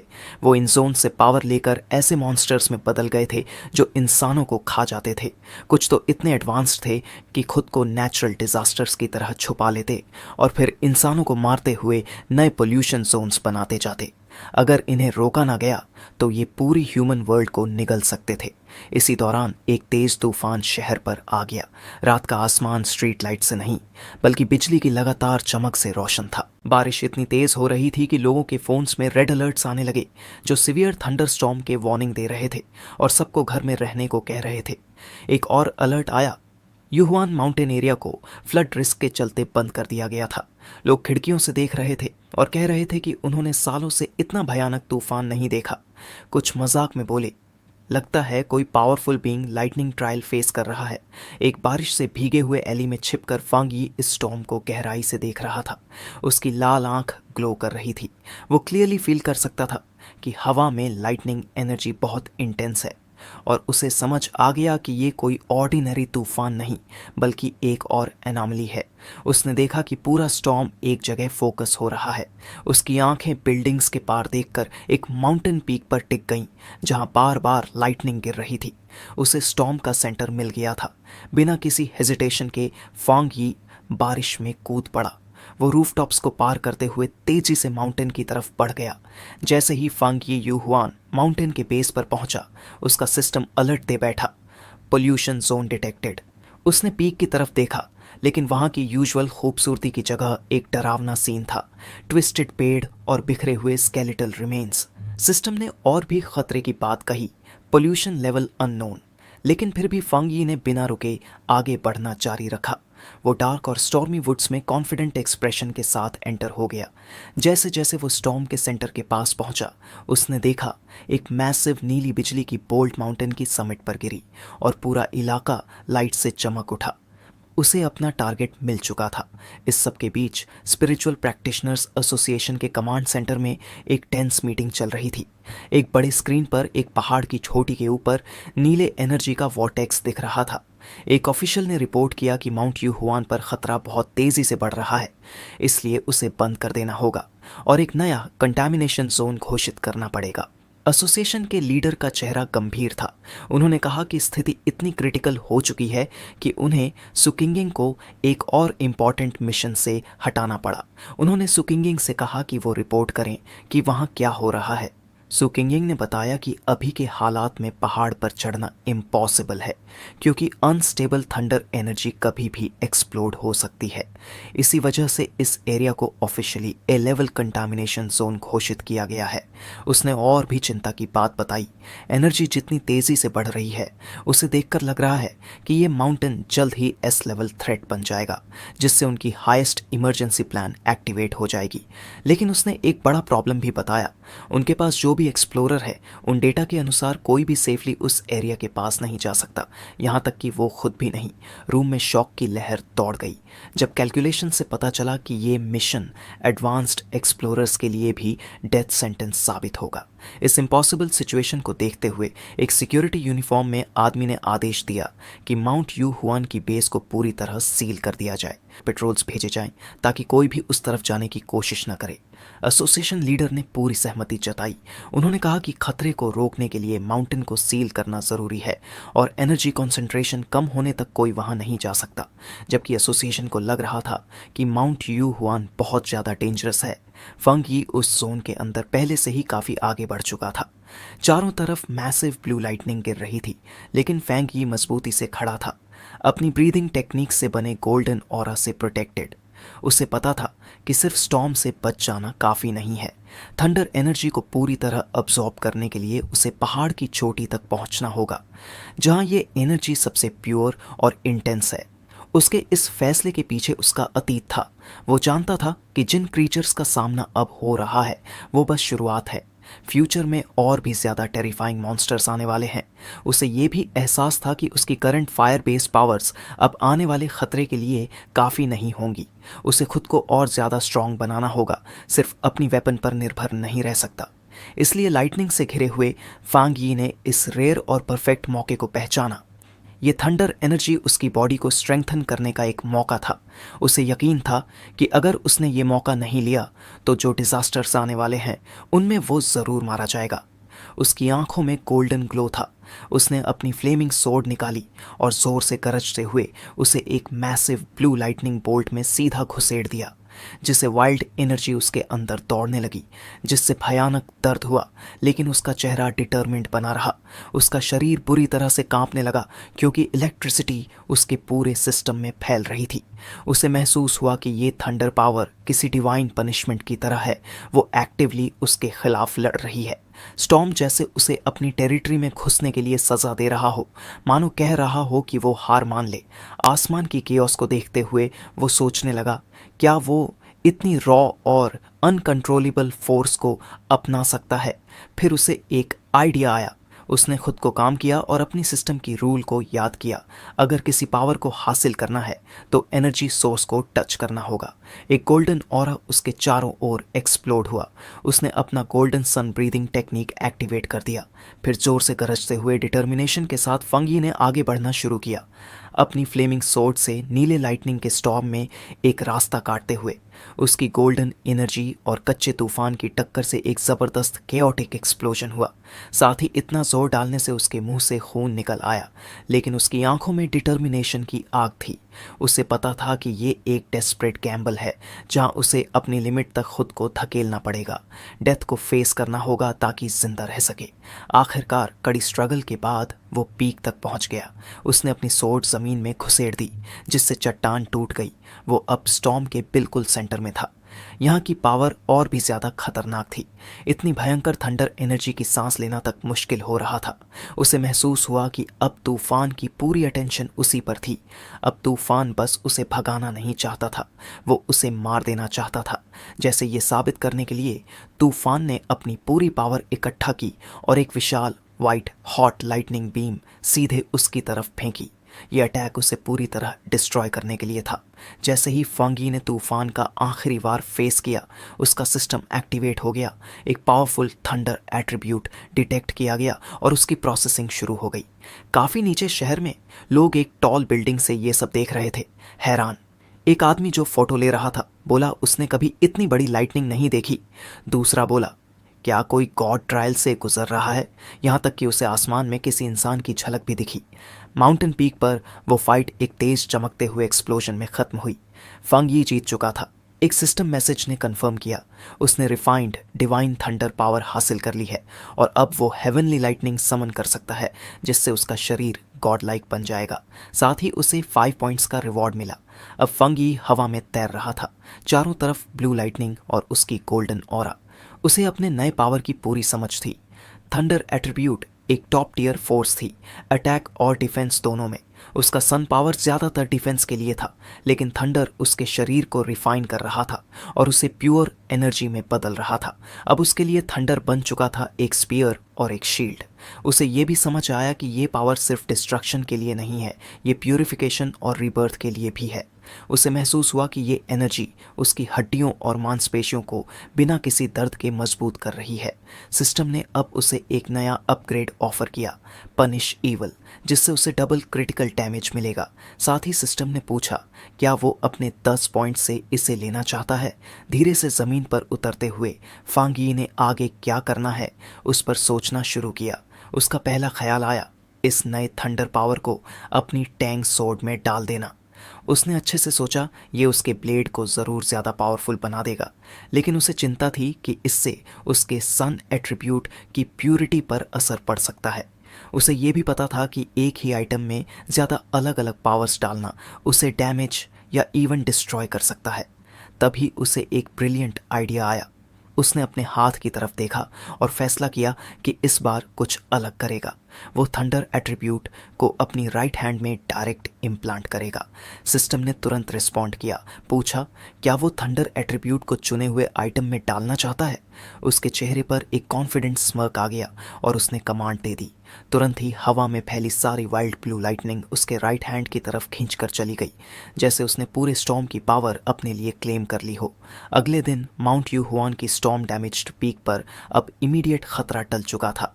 वहां की एक क्लिफ के ऊपर सुकिंगिंग और एक आर्मी ऑफिसर मेजर हानली खड़े थे। सुकिंगिंग ने रिपोर्ट दी कि कंटेमिनेशन जोन की एनर्जी अजीब तरह से अपने सबसे खतरनाक स्तर से गिरकर सिर्फ 3 घंटे में माइल्ड लेवल पर आ गई थी। हालांकि हवा में अभी भी थोड़ी इलेक्ट्रिसिटी बाकी थी। मेजर हानली ने ध्यान से सुना और तुरंत समझ गया कि वहां कोई आया था। ये कोई सीकर था, उसने कहा, एक ऐसा इंसान जो एक्टिवली इन डेंजरस घटनाओं को खोजता है। सुकिंगिंग शॉक्ड रह गई। क्या कोई और सीकर इसमें इन्वॉल्व्ड था? क्या वो सरवाइव कर गया? वो घुटनों के बल क्लूज ढूंढने लगी, लेकिन उसे कुछ महसूस नहीं हुआ। शायद हैवी रेन ने सारे एविडेंस धो दिए थे। उसने अंदाज़ा लगाया कि वो सीकर रात 8 बजे के आसपास सेफली माउंटेन से चला गया होगा। मेजर हानली ने भी उसकी टाइमलाइन से अग्री किया, क्योंकि स्ट्रेंज इवेंट लगभग 6 बजे से शुरू हुआ था और आर्मी ने 7 बजे माउंटेन सील कर दिया था। इसलिए सीकर को उससे पहले चढ़ाई करनी पड़ी होगी। उसने बताया कि उनके इंस्ट्रूमेंट्स प्रिडिक्ट कर रहे थे कि खतरा ग्रेड एस तक पहुंच जाएगा, लेकिन 8 बजे के बाद एनर्जी अचानक गिर गई। वो उस स्पॉट पर खड़ा हुआ जहां लाइटनिंग सबसे ज्यादा इंटेंस थी और अपनी थियरी रखी। मुझे लगता है वो सीकर न सिर्फ लाइटनिंग से बच गया, बल्कि उसके पास कोई थंडर रिलेटेड पावर भी है, जिसे उसने इस डिजास्टर को एक अपॉर्चुनिटी में बदल दिया। साथ ही उसने कंक्लूड किया कि यही इंसान इस सडन बदलाव का मेन कारण है। फिर मेजर ने अपनी सबसे बड़ी चिंता बताई कि ऐसे लोग सबसे डेंजरस होते हैं, क्योंकि ये पता नहीं होता कि ये किस साइड पर है। सुकिंगिंग ने भी अग्री किया, अगर इतना पावरफुल इंसान हमारे खिलाफ हुआ तो जो तबाही मच सकती है वो अनइमेजिनेबल होगी। हमें इसे जल्द से जल्द ढूंढना ही होगा। कई माइल्स दूर अपने सोफा पर बैठे फंगी को इस मिलिट्री ऑपरेशन की कोई खबर नहीं थी, जो अब उसी पर सेंटर्ड हो चुका था। उसे अचानक जोर से छींक आ गई। वहीं दूसरी तरफ पहाड़ पर मेजर हानली ने फैसला ले लिया। उसने अपने ट्रूप्स को एक फर्म ऑर्डर दिया, इस इंसान को किसी भी कीमत पर तुरंत ढूंढो। उसके कमांड के साथ ही उसने इस मिस्टीरियस टारगेट को एक टेम्पररी कोड नेम दिया, टायरेंट। यूहुआन माउंटेन पर इन्वेस्टिगेशन तुरंत शुरू हो गई। आर्मी को उम्मीद थी कि स्पिरिचुअल प्रैक्टिशनर्स एसोसिएशन जल्द ही इस टायरेंट नाम के मिस्टीरियस इंसान से कांटेक्ट कर लेगी। तब तक उन्होंने डिसाइड किया कि इस पूरी घटना की जानकारी को सीक्रेट रखा जाएगा और एक अलग से इंटरनल इन्वेस्टिगेशन शुरू की जाएगी। बारिश से भीगी पीक पर एसोसिएशन लीडर ने मेजर हानली को बताया कि उन्होंने पहले ही एक हाई लेवल पायनियर को कॉन्टैक्ट बनाने के लिए भेज दिया था। फिर उसने सुकिंगिंग की तरफ देखा और उसे मेजर को रिपोर्ट देने का ऑर्डर दिया। सुकिंगिंग अचानक घबरा गई और पैनिक में हल्का सा गास्प किया। जल्दी सोचने के लिए मजबूर होकर उसने अपना आधा सच रिपोर्ट देना शुरू किया। उसने करंट इंसिडेंट को उस पायनियर से जोड़ा जिसने हाल ही में क्विंगचैंग यूनिवर्सिटी की पोल्यूशन जोन को क्लियर किया था। अंदर ही अंदर वो पैनिक कर रही थी, डर के मारे कि कहीं कुछ गलत ना बोल दे जिससे फैंगी के साथ उसका डील रिवील हो जाए। उसने एक्सप्लेन किया कि वो उससे कांटेक्ट करने की कोशिश कर रही थी, लेकिन वो ढूंढने में बहुत मुश्किल था। उसने आगे बताया कि उसे एक म्यूटेटेड रैबिट की बॉडी मिली थी जो उसने मारा था, और एविडेंस से उसने सही से उसका यंग फ्लेम एट्रीब्यूट आइडेंटिफाई कर लिया था।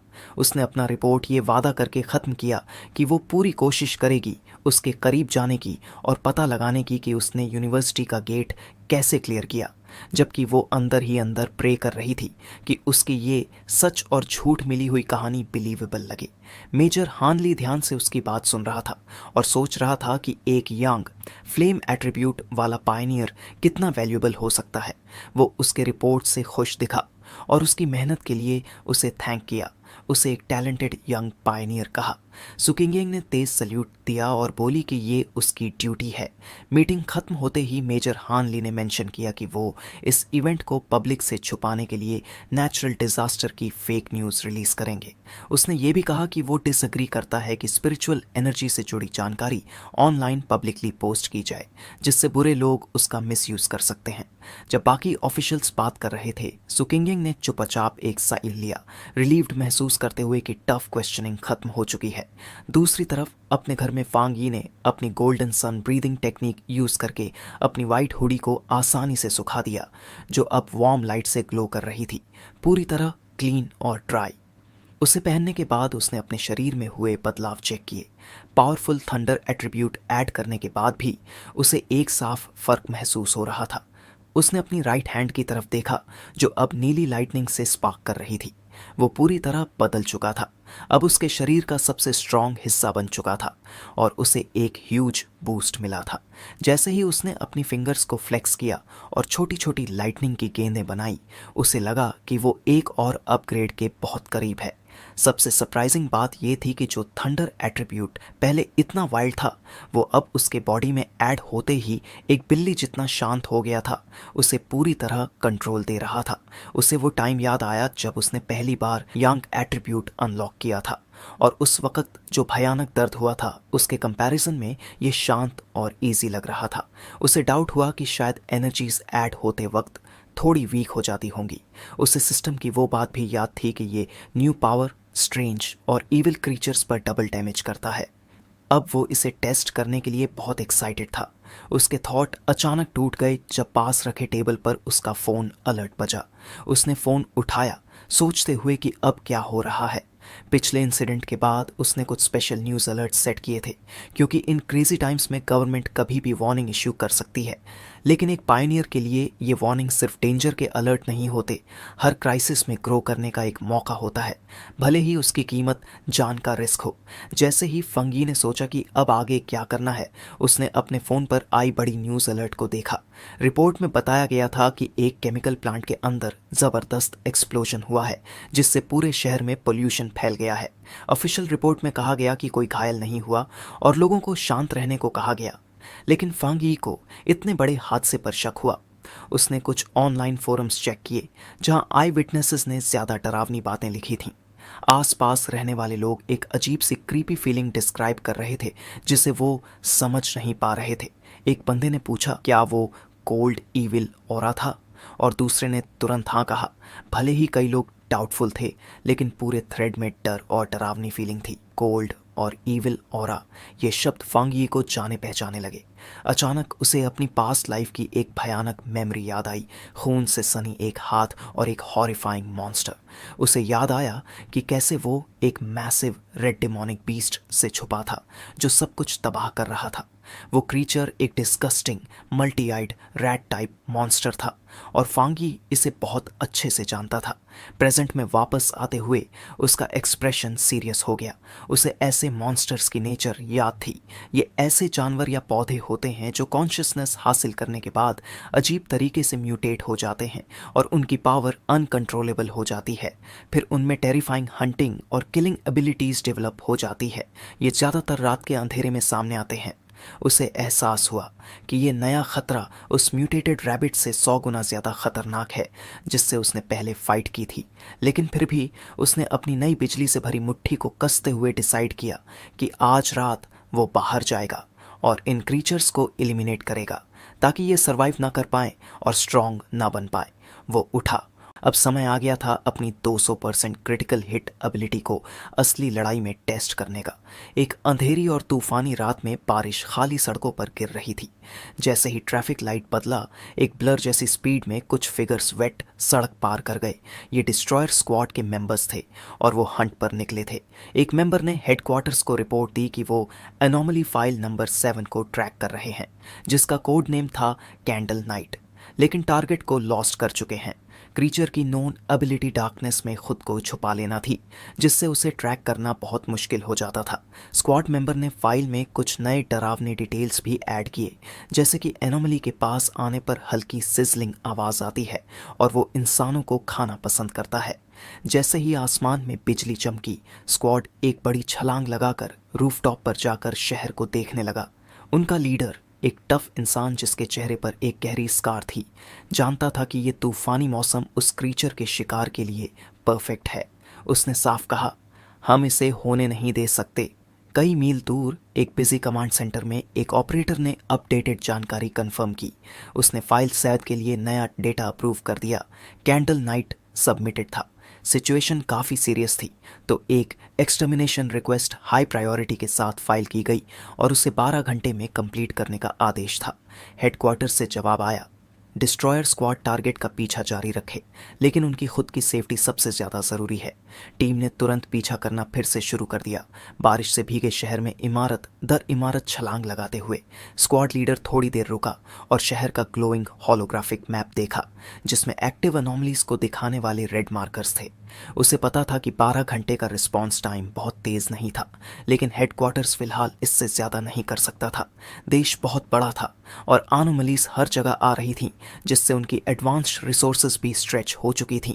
जैसे ही डिस्ट्रॉयर स्क्वाड अपने टारगेट की लास्ट नोन लोकेशन के पास पहुंचा, हेडक्वार्टर्स से एक वार्निंग आई। ऑपरेटर ने बताया कि जिस एरिया में वे जा रहे हैं वहां अभी स्पिरिचुअल एनर्जी कल्टीवेशन एसोसिएशन के एजेंट्स मौजूद हैं। स्क्रीन पर सुकिंगिंग की एक फोटो दिखी और ऑपरेटर ने समझाया कि उनकी टीम वहां पायनियर्स की निगरानी कर रही है और उन्हें मदद के लिए कहा जा सकता है। डिस्ट्रॉयर स्क्वाड के लीडर ने मैसेज एक्नॉलेज किया और हेडक्वार्टर से कहा कि सुकिंगिंग को मदद के लिए बुलाएं। उन्होंने उनके अच्छे काम के बारे में सुना था। कहीं और सुकिंगिंग को यह जानकर हैरानी हुई कि वो इतनी मशहूर हो चुकी है। कमर पर हाथ रखकर उसने नीचे खड़ी स्क्वाड को देखा और कैजुअली पूछा, क्या तुम लोग ही हो जिसने मुझे ओवर टाइम पे बुलाया?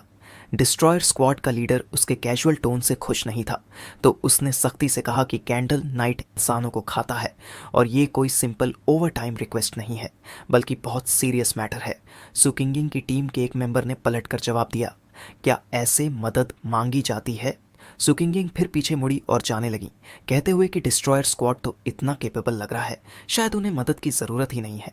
फिर आगे जोड़ा कि उनकी टीम यिंग स्क्वाड अब जा रही है। जैसे ही वे जाने लगे, उनकी टीम के मेंबर्स आपस में बड़बड़ाने लगे। एक ने चिंता जताई कि उनकी बॉस का एटीट्यूड काफ़ी सैवेज है, तो दूसरे ने डिफेंड करते हुए कहा कि उनके खुद के मिशंस भी उतने ही डेंजरस होते हैं। डिस्ट्रॉयर स्क्वाड का लीडर तुरंत घबरा गया और उन्हें रोकने की गुजारिश की। उसने अपनी सख्त टोन के लिए माफ़ी मांगी और मदद की भीख मांगी। उसने समझाया कि कैंडल नाइट कितना ज़्यादा डेंजरस है और अगर उनकी मशहूर ट्रैकिंग स्किल्स नहीं होंगी तो स्क्वाड बहुत डिसएडवांटेज में आ जाएगी। उसने जोर देते हुए कहा कि अगर उनकी टीम फेल हो गई तो इस शहर के लोग इसकी कीमत जान से चुकाएंगे, क्योंकि वो मॉन्स्टर सबको मार डालेगा। आखिरकार दोनों टीमें साथ काम करने के लिए राजी हो गईं और एक बारिश में भीगी रूफटॉप पर खड़ी होकर हंटिंग के लिए तैयार हो गईं। सुकिंगिंग ने कंसंट्रेशन किया और उसके हाथ में ग्लोइंग ब्लू एनर्जी की एक गेंद उभरी, जिसे देखते हुए उसने कहा कि उसने क्रीचर को ढूंढ लिया है। एनर्जी ऑर्ब ने फैलकर क्रीचर की लोकेशन दिखा दी। अंधेरे और गीले केमिकल प्लांट के रूइंस में छिपा हुआ वो monstrous multi eyed rat like creature candle knight कुछ खा रहा था।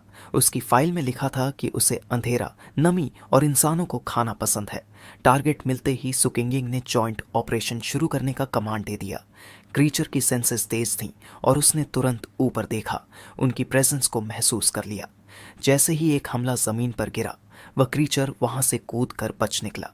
डिस्ट्रॉयर स्क्वाड के एक मेंबर ने कहा कि टारगेट ने उन्हें स्पॉट कर लिया है और तुरंत टीम को फॉर्मेशन में आने का आदेश दिया। स्क्वाड के मेंबर्स बिजली जैसी स्पीड से मूव करने लगे। उनके क्लोक्स ब्लर हो रहे थे, जैसे वो हवा में घुल गए हों। उन्होंने क्रीचर को चारों तरफ से घेर लिया और जब शिकार ट्रैप हो गया तो सबने एक साथ चिल्लाकर हमला करने की तैयारी दिखाई। डिस्ट्रॉयर स्क्वाड का एक मेंबर आगे कूदा और हमला करने का आदेश दिया। उसका पावरफुल हिट क्रीचर को रबल के ढेर में फेंक देता है, लेकिन क्रीचर कमजोर होने की बजाय म्यूटेट करने लगा।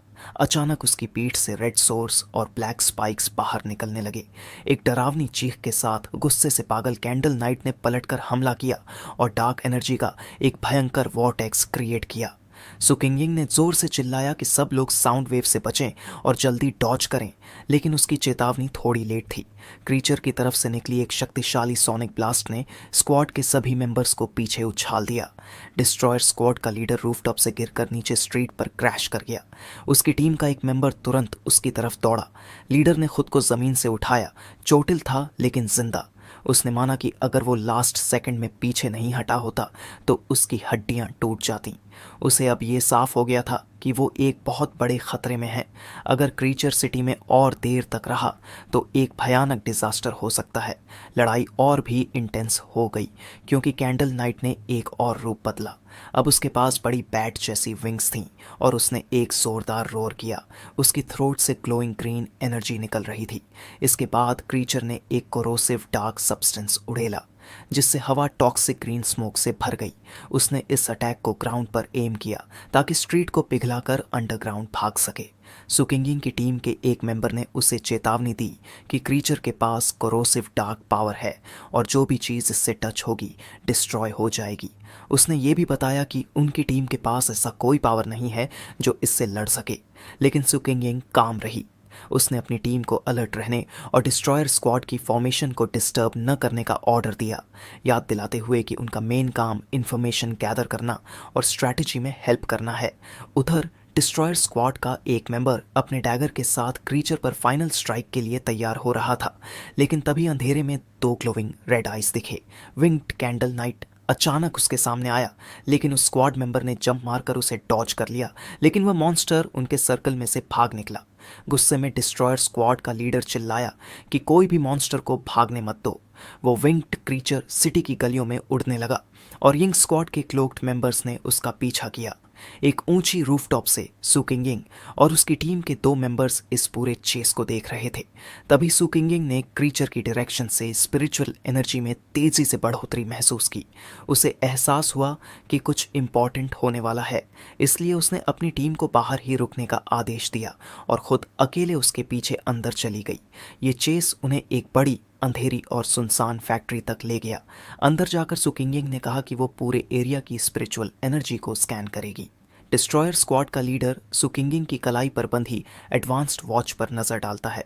उसने कंफर्म किया कि ये एसोसिएशन का नया डिवाइस है और एक्सप्लेन किया कि ये वॉच दिखाती है कि स्क्वाड कितनी एनर्जी लेवल को सेफली हैंडल कर सकती है। वो लिमिट थी 50। कैंडल नाइट की रीडिंग बस 48 थी। अचानक उसकी कलाई पर बंधा डिवाइस तेजी से फ्लैश करने लगा। रीडिंग सीधा 80 से ऊपर चली गई। सुकिंगिंग चिल्लाई, एनर्जी लेवल्स तो पूरी तरह से क्रेजी हो गए हैं। उसी वक्त एक मैसिव शैडोई आकृति जिसकी आंखें हरे रंग में चमक रही थीं, ऊपर राफ्टर्स में दिखाई दी। उन्हें ट्रैप में फंसाया गया था। सुकिंगिंग को डर के साथ एहसास हुआ कि उस फैक्ट्री में सिर्फ एक क्रीचर नहीं था। तभी एक और शैडोई मॉन्स्ट्रस फेस पीछे से उभर कर सामने आ गया। डिस्ट्रॉयर स्क्वाड का लीडर पैनिक में चिल्लाया, हमें तुरंत रिट्रीट करना होगा।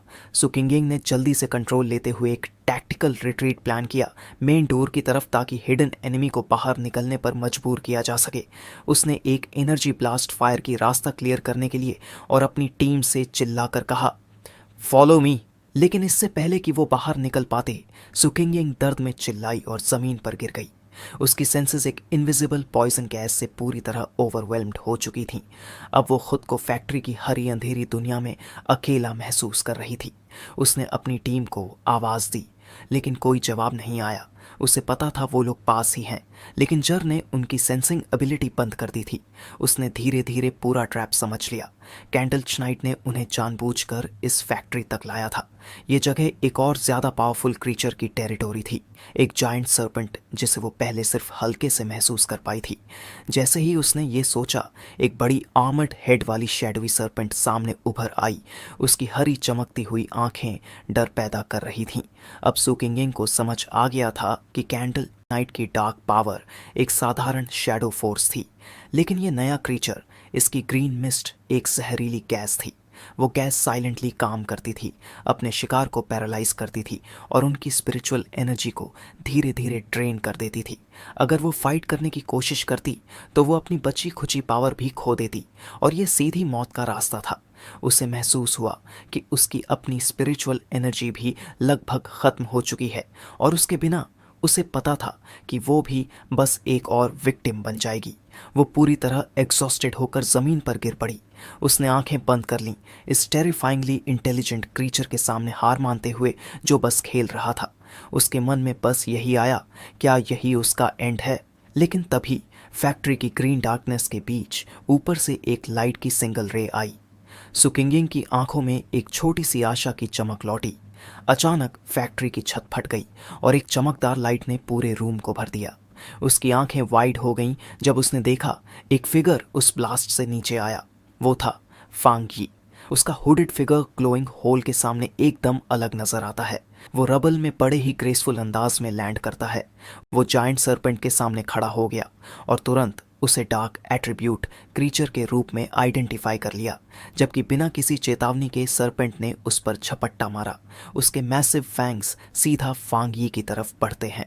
उसी वक्त कैंडल नाइट भी शैडो से निकलकर पीछे से हमला करता है। फांग यी सर्पेंट के अटैक से बचता है और अब वो फेस टू फेस है एक ग्राउलिंग रैट लाइक बीस्ट के साथ।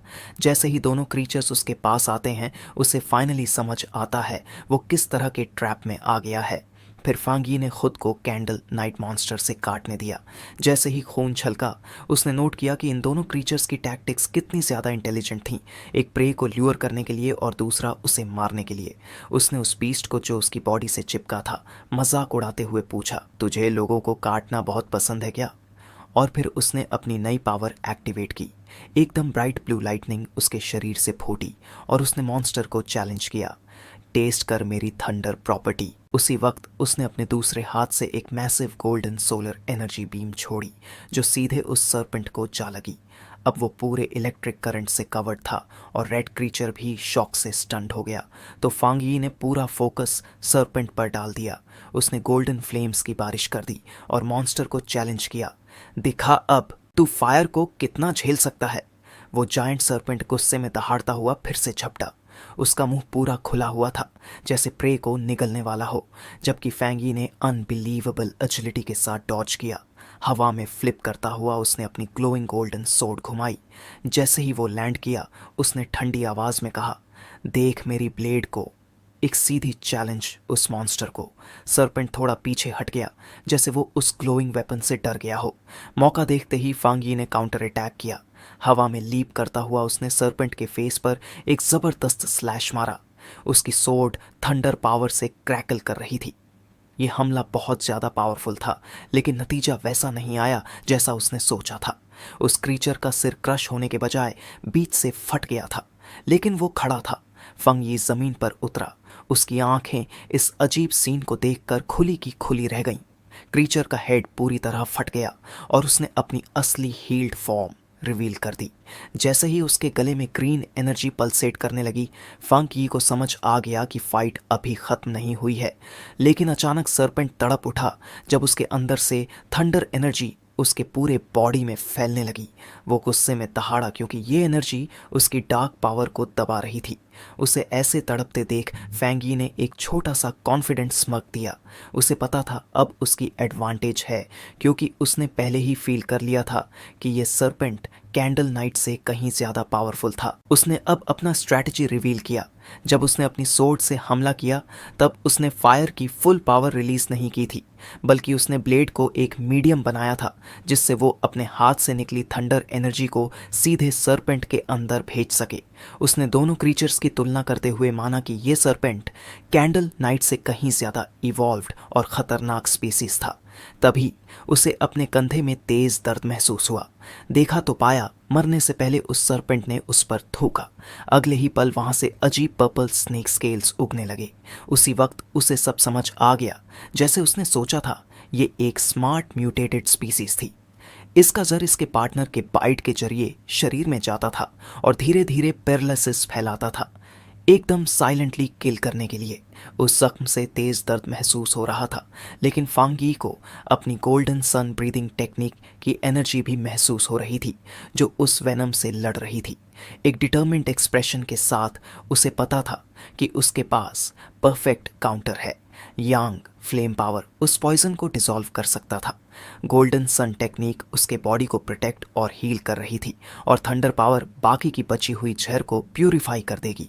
जैसे ही उसके अंदर से एनर्जी का पल्स निकला, फांगी को अपनी कंबाइंड एबिलिटीज का फायदा समझ में आया। उसकी यांग फ्लेम और थंडर पावर की मिक्स एनर्जी अब किसी भी जहर को डिटेक्ट कर लेती थी, जैसे एक अर्ली वार्निंग सिस्टम की तरह। उसे पता था कि वो लकी है। बाकी लोगों के लिए ये सरपेंट का स्नीकी पॉइजन शायद कभी क्योर नहीं हो पाता। उसने अंदाजा लगाया कि ये सरपेंट इतना बड़ा इसलिए हुआ क्योंकि वो हमेशा सरप्राइज अटैक पर डिपेंड करता था। उसे उस मॉन्स्टर की डेन याद आई जो उसके शिकारों की स्कल्स से भरी थी। कैंडल नाइट को एक परफेक्ट पेट की तरह यूज करके इन दोनों क्रीचर्स ने मिलकर एक ऐसा डेडली ट्रैप बना लिया था जो टॉप पायनियर्स के लिए भी खतरनाक था। और यही रीजन था कि उसकी पिछली जिंदगी में बहुत लोग गायब हो गए थे। लेकिन अब ये सब मैटर नहीं करता था। जैसे ही उसने देखा उस क्रीचर का स्केलेटन उसकी होली फायर में चलकर ऐश में बदल गया, उसे पता था कि अब उसका खतरा खत्म हो चुका है। आग के सामने खड़ा फैंगी एक सेटिस्फैक्शन महसूस कर रहा था। उसकी अंदर की फ्लेम बहुत पावरफुल थी, लेकिन उसकी नई थंडर पावर से किया गया ट्रिपल क्रिटिकल हिट ही उसकी जीत की फाइनल की थी। अब उसे कॉन्फिडेंस था कि उसकी फाइटिंग स्किल्स काफ़ी अच्छी हो गई है, यहाँ तक कि हाई लेवल पायोनियर्स के मुकाबले भी। वो कुछ पल चुपचाप खड़ा रहा, उस आग को देखते हुए जो उस मॉन्स्टर को पूरी तरह जला रही थी। जैसे ही उसने अपना हाथ आगे बढ़ाया, वैसे ही उसे कुछ महसूस हुआ हो। उसकी आंखें सिकुड़ गईं। वो अकेला नहीं था। जैसे ही उसने मुड़कर देखा, एक फिगर स्मोक से बाहर आती दिखी, खांसती हुई, ऐश से ढकी। वो सुकिंगिंग थी। वो चुपचाप खड़ी थी, थकी हुई लग रही थी, लेकिन जिंदा थी। स्मोक साफ होने पर फंगी ने देखा कि बाकी स्क्वाड के अनकॉन्शियस मेंबर्स सुकिंगिंग के पास पड़े थे। उसे पहचानते ही उसने उसे कूल तरीके से बोला, एक्टिंग की ज़रूरत नहीं है, और साथ में ये भी जोड़ दिया कि उसका प्लेइंग डेड वाला एक्ट काफ़ी खराब था। ये सुनकर सुकिंगिंग थोड़ी हैरान रह गई और शर्म से उसने अपना चेहरा ढक लिया। उसे समझ आ गया था, ये वही पावरफुल पायनियर था जिसे वो ट्रैक कर रही थी। उसने ऑकवर्डली एक एक्सक्यूज बनाया, बोली कि उसे स्मेल से होश आया। लेकिन फैंगी फूल नहीं बना। उसने उसकी तारीफ करते हुए कहा कि उसके बाकी टीममेट्स पूरी तरह एनर्जी लेस थे, लेकिन उसने खुद को बचाने के लिए थोड़ी स्पिरिचुअल एनर्जी बचा कर रखी थी। अगर वो सच में बेहोश होती तो उसे कोई स्मेल नहीं आती। अब सुकिंगिंग सिर्फ एक ऑकवर्ड थैंक यू ही बोल पाई। उसके मन में वो हैरान थी। फंगी ने उसे पूरी तरह से पकड़ लिया था। सच में उसने थोड़ी स्पिरिचुअल एनर्जी रिजर्व करके रखी थी, लेकिन उसे समझ नहीं आ रहा था कि फंगी ने अकेले ही कैंडल नाइट और उस जायंट सरपेंट दोनों को कैसे हरा दिया। ये महसूस करते हुए कि सुकिंगिंग थोड़ी शर्मिंदा है, फंगी का टोन थोड़ा सॉफ्ट हो गया। उसने कहा कि उसे अपनी आंखें छुपाने की ज़रूरत नहीं है, और वो सिर्फ चाहता है कि वो उसके साथ ऑनेस्ट रहे और उसकी आइडेंटिटी को सीक्रेट रखे। जब उसने देखा कि सू और उसकी टीम सेफ है, तो उसने कहा कि अब देर हो रही है और वो निकल रहा है। सुकिंगिंग ने उसे रोकने की कोशिश की, लेकिन तब तक देर हो चुकी थी। फैंगी ने कहा कि अगर अभी सब कुछ एक्सप्लेन कर दिया तो सरप्राइज स्पॉइल हो जाएगा, और फिर वो बिना किसी एफर्ट के उस फैक्ट्री की छत में बनाए गए होल से कूदकर रात के अंधेरे में गायब हो गया। जब वो रूफटॉप्स पर दौड़ रहा था, फंग यी के दिमाग में उस बैटल की यादें घूम रही थीं। उसे खुशी थी कि सुकिंगिंग ने उसे मॉन्स्टर्स की डार्क पावर अब्सॉर्ब करते नहीं देखा। साथ ही वो ठंडी और गंदी एनर्जी उसे अजीब लग रही थी। उसे ये भी सोचने की ज़रूरत थी कि वो उसे अब्सॉर्ब क्यों नहीं कर पाया। शायद वो डार्क एनर्जी पहले ही ख़त्म हो चुकी थी, या उसका बॉडी ने उसे इंस्टिंक्टिवली रिजेक्ट कर दिया था। उसने सोचा ये सब घर जाकर आराम से सोचेगा। उधर उस विशाल अबैंडन्ड फैक्ट्री में अकेली रह गई सुकिंगिंग ने ऊपर छत के उस मूनलिट होल की ओर देखा जहां से फांग यी चला गया था। फिर उसने धीरे से साई किया। उसे दुख था कि वो अभी तक उसका चेहरा प्रॉपरली देख नहीं पाई थी, और ये भी समझ गई थी कि वो अब भी उस पर या एसोसिएशन पर ट्रस्ट नहीं करता। लेकिन उसका वो शांत मोमेंट ज़्यादा देर तक नहीं रहा। स्क्वाड लीडर वाली अपनी रोल में लौटते हुए सुकिंगिंग उस डिस्ट्रॉयर स्क्वाड के अनकॉन्शियस कैप्टन के पास गई और उसे उठाने के लिए उसके गालों पर 2-3 थप्पड़ मारे। वो आदमी धीरे धीरे होश में आया। उसकी आंखों के नीचे सूजन थी और वो पूरी तरह कंफ्यूज्ड लग रहा था। लेकिन पूरी तरह होश में आते ही वो पैनिक में चिल्लाया कि उन पर एम्बुश हुआ था। सुकिंगिंग ने उसे बस काम एक्सप्रेशन के साथ देखा। फिर जब लीडर और उसकी स्क्वाड ने देखा कि वो इतनी शांत क्यों थी, तब उन्होंने देखा उस जाइंट सर्पेंट की जलती हुई मैसिव स्केलेटन। वो सब एकदम डिसबिलीफ में स्टेयर करने लगे, इस सीन से पूरी तरह कंफ्यूज्ड। लीडर ने पूछा कि यहाँ हुआ क्या है और वो पावरफुल यंग एनर्जी कहाँ से आई थी। सुकिंगिंग ने कामली आंसर किया कि एक पावरफुल पायनियर ने उन्हें बचाया है। उसने अपना रिपोर्ट स्टाइल मेंटेन रखते हुए बताया कि शायद वही पायनियर था जो उसकी ओरिजिनल मिशन का टारगेट था, एक बहुत हाई लेवल इंडिविजुअल जिसके पास यंग एट्रीब्यूट है। उसने अपना डायलॉग थोड़ा सस्पेंसफुल तरीके से ख़त्म किया कि उसकी अपीयरेंस बस एक लकी कोइंसिडेंस थी। बाकी स्क्वाड मेंबर्स पूरे शॉक में थे। एक ने कहा, अनबिलीवेबल कि एक अकेले इंसान ने दोनों मॉन्स्टर्स को हरा दिया। सुकिंगिंग ने कहा कि वो अभी तक उसे रिक्रूट नहीं कर पाई है और वो तो उसे ट्रैक तक कर चुका था, जिससे उसकी मिस्ट्री और भी बढ़ गई। फिर वापस अपने ग्रिम जॉब पर लौटते हुए डिस्ट्रॉयर स्क्वाड के लीडर ने पूछा कि कैंडल नाइट की बॉडी कहाँ है, और साथ ही एक ग्रीन एनर्जी टेक्निक यूज़ करने लगा उस जगह को साफ करने के लिए। उसने कहा कि उन्हें एसोसिएशन के लिए रिमेन्स कलेक्ट करने हैं। जब स्क्वाड ने क्लीन अप शुरू किया, तब डिस्ट्रॉयर स्क्वाड का लीडर एक ग्रीन एनर्जी के ऑर्ब से उस बैटल से बची हुई अजीब डार्क रिमेन्स को गैदर करने लगा। तभी वो ज़रा आगे बढ़ा और उसके पैर के नीचे पड़ा एक टुकड़ा अचानक ब्राइट ब्लू इलेक्ट्रिकल एनर्जी के साथ एक्सप्लोड हो गया। वो शॉक और दर्द से पीछे उछल गया और चिल्ला पड़ा, जबकि सुकिंगिंग भी उस ब्लास्ट को देखकर शॉकड रह गई। ये नया डिस्कवरी चीज़ों को और भी ज़्यादा मिस्टीरियस बना रहा था। अब उन्हें समझ आ गया था कि वो रिमेन्स शायद कैंडल नाइट के ही थे और वो अब भी क्रैकलिंग कर रहे थे लेफ्ट ओवर इलेक्ट्रिसिटी से। स्क्वाड लीडर ने सुकिंगिंग की तरफ देखा और उसके रिपोर्ट पर सवाल उठाया। उसने याद दिलाया कि तुमने कहा था वो पायनियर यंग एट्रीब्यूट वाला है, लेकिन ये इतनी ज़बरदस्त इलेक्ट्रिकल पावर कुछ और ही कहानी बता रही है। फिर दोनों लीडर्स उस इलेक्ट्रिकली चार्ज्ड बॉडी के पास घुटनों के बल बैठ गए। सुकिंगिंग उस थंडर पावर की शुद्ध ताकत से हैरान रह गई। ये साफ था कि ये एक हाई टियर पावर थी। डिस्ट्रॉयर स्क्वाड के लीडर को अब एक नया आइडिया आया। शायद 2 हाई लेवल पायनियर्स आए थे। एक ने सरपेंट को मारा और दूसरा कैंडल नाइट को। फिर दोनों साथ चले गए। लेकिन सुकिंगिंग जानती थी कि ऐसा नहीं था। उसे सच्चाई एक्सप्लेन करने में दिक्कत हो रही थी, वो सच्चाई जो कोई भी आसानी से नहीं मानेगा। उसके दिमाग में पायनियर की वो इमेज घूम रही थी जिसमें वो अकेले ही क्रैकलिंग ब्लू लाइटनिंग और रोरिंग गोल्डन फायर दोनों को एक साथ पकड़कर खड़ा था। उसे पता था कि कोई भी यकीन नहीं करेगा कि एक ही इंसान के पास 2 अलग अलग टॉप लेवल पावर्स हो सकती हैं। एक भी हो तो जीनियस कहलाता है, 2 होना तो लगभग अनहर्ड है। पर सच सामने था। जाइंट सर्पेंट की जलती हुई स्केलेटन यंग फ्लेम वॉकर का काम थी और कैंडल नाइट की इलेक्ट्रीफाइड बॉडी थंडर टायरेंट की साफ निशानी। कंबाइंड स्क्वाड्स बस चुपचाप डिसबिलीफ में उस सीन को देख रही थीं, सोचते हुए कि आखिर ये मिस्टीरियस पायनियर था कौन। कुछ देर बाद एसोसिएशन की रीइंफोर्समेंट्स वहां पहुंच गईं और सुकिंगिंग को राहत मिली कि उसने कुछ मेंबर्स को बाहर छोड़ा था। अगर वो बहुत देर तक अंदर रहती और चेक इन ना करती तो शायद वो उसे मिसिंग रिपोर्ट कर देते। उसे ये भी कड़वा रियलाइजेशन हुआ कि जो रेस्क्यू टीम अब आई है वो असल में उनकी बॉडीज कलेक्ट करने के लिए भेजी गई थी। उसके 2 सबऑर्डिनेट्स जो बाहर खड़े थे वो उसके पास दौड़े आए, रिलीफ के मारे रोते हुए कि उनकी कैप्टन अब भी जिंदा है। अब जब थ्रेट खत्म हो चुका था, एसोसिएशन की टीम ने अपना काम शुरू किया। उनका काम अब रेस्क्यू से फोरेंसिक इन्वेस्टिगेशन में बदल चुका था। एडवांस्ड स्कैनिंग टेक का इस्तेमाल करके वो लेफ्ट ओवर स्पिरिचुअल एनर्जी और बैटल साइंस को केयरफुली एनालाइज करने लगे, ताकि जो भी हुआ था उसकी रिपोर्ट हेडक्वार्टर को दी जा सके। थोड़ी देर बाद एक स्पेशलिस्ट सुकिंगिंग और डिस्ट्रॉयर स्क्वाड के लीडर के पास आया। उसने रिपोर्ट दी कि सारी डेटा फाइटिंग हैबिट्स से लेकर दोनों मॉन्स्टर्स को मारने के तरीकों तक कंपेयर करने के बाद रिजल्ट ये था। 99% प्रोबेबिलिटी है कि दोनों को मारने वाला एक ही इंसान था। दोनों स्क्वाड लीडर्स ने एक दूसरे की तरफ देखा। उनके चेहरों पर शॉक और सीरियस कंसर्न साफ झलक रहा था, जबकि बाकी स्क्वाड मेंबर्स आपस में डिसबिलीफ में बात करने लगे, ये समझने की कोशिश करते हुए कि उन्हें जिस पायनियर ने बचाया है उसके पास 2 अलग हाई टियर पावर्स हैं, जो उन्होंने कभी पॉसिबल भी है ये नहीं सोचा था।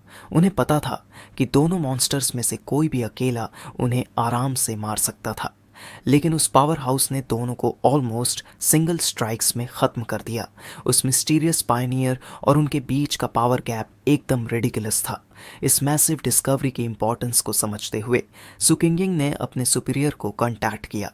उसने रिपोर्ट दी कि उसके टारगेट की इंफॉर्मेशन को अब मेजर अपडेट करना पड़ेगा।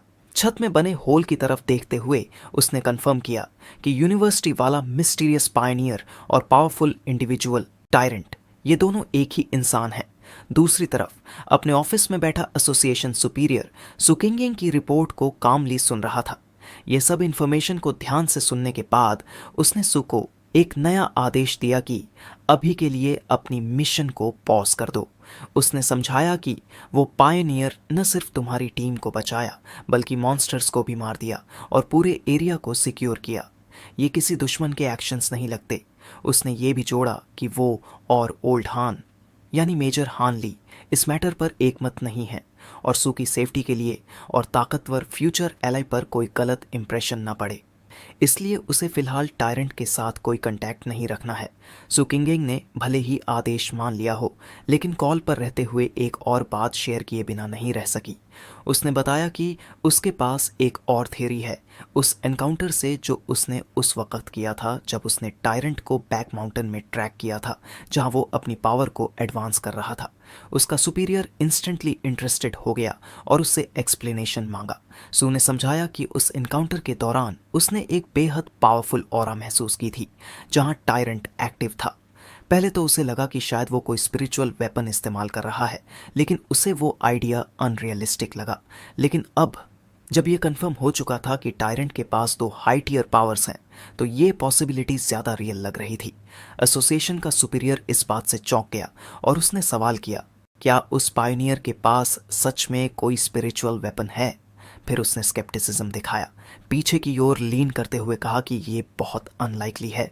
उसका लॉजिक था कि चाहे कोई पायनियर कितना भी टैलेंटेड हो, वो अकेला इतना रेयर आइटम नहीं पा सकता बिना किसी एक्सटर्नल हेल्प के। साथ ही उसने ये भी जोड़ा कि टीम को किसी थर्ड स्पिरिचुअल एनर्जी का कोई ट्रेस नहीं मिला, जो आम तौर पर एक सेपरेट स्पिरिचुअल वेपन से आता।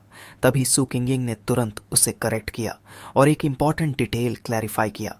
उसने बताया कि जिस स्पिरिचुअल वेपन ऑरा को उसने पहली बार महसूस किया था, उसका एट्रीब्यूट साफ तौर पर यांग था। इस नई इंफॉर्मेशन ने पूरी इक्वेशन बदल दी। सुपीरियर की आंखें चौड़ी हो गईं। उसे ये रियलाइजेशन हुआ कि अगर उस वेपन का एट्रीब्यूट खुद यूज़र के यांग एनर्जी से आ रहा है, तो इसका मतलब ये नहीं कि वो बस एक वेपन यूज़ कर रहा है, बल्कि वो उसे क्रिएट कर रहा है। और इस थॉट से एक बहुत बड़ा कंक्लूजन सामने आया। अगर वो खुद स्पिरिचुअल वेपन्स बना सकता है, तो वो एक स्पिरिट क्रिएशन रेल्म कल्टीवेटर है। ऐसा बीइंग थियोरेटिकली अकेले ये सब कर सकता है, लेकिन उस लेवल की पावर लगभग मिथिकल है। सू किंगिंग इस थॉट से स्टंट रह गई। उसे पता था कि उस लेवल के कल्टीवेटर्स दुनिया में एक्सट्रीमली रेयर होते हैं, पूरी दुनिया में शायद 2 से ज़्यादा नहीं। सुपीरियर ने फिर एक और डरावनी पॉसिबिलिटी के बारे में सोचा। अगर उस लड़के के पास सच में तीसरी अलग एट्रीब्यूट भी है, तो ये पूरे पायनियर कम्युनिटी की ताकत का बैलेंस हिला सकता है। उसने समझाया कि जितनी भी रिसर्च हुई है उसके मुताबिक अलग अलग एट्रीब्यूट्स इंसानी शरीर के अंदर क्लैश करते हैं, इसलिए उनका एक साथ रहना लगभग इम्पॉसिबल है। अब तक किसी भी पायनियर के पास 3 अलग स्पिरिचुअल एट्रीब्यूट्स की पुष्टि नहीं हुई है, इसलिए अगर उस लड़के के पास स्पिरिचुअल वेपन सच में है और फिर भी उस वेपन से कोई तीसरी एनर्जी डिटेक्ट नहीं हुई तो शायद ये एक्चुअली अच्छी बात है।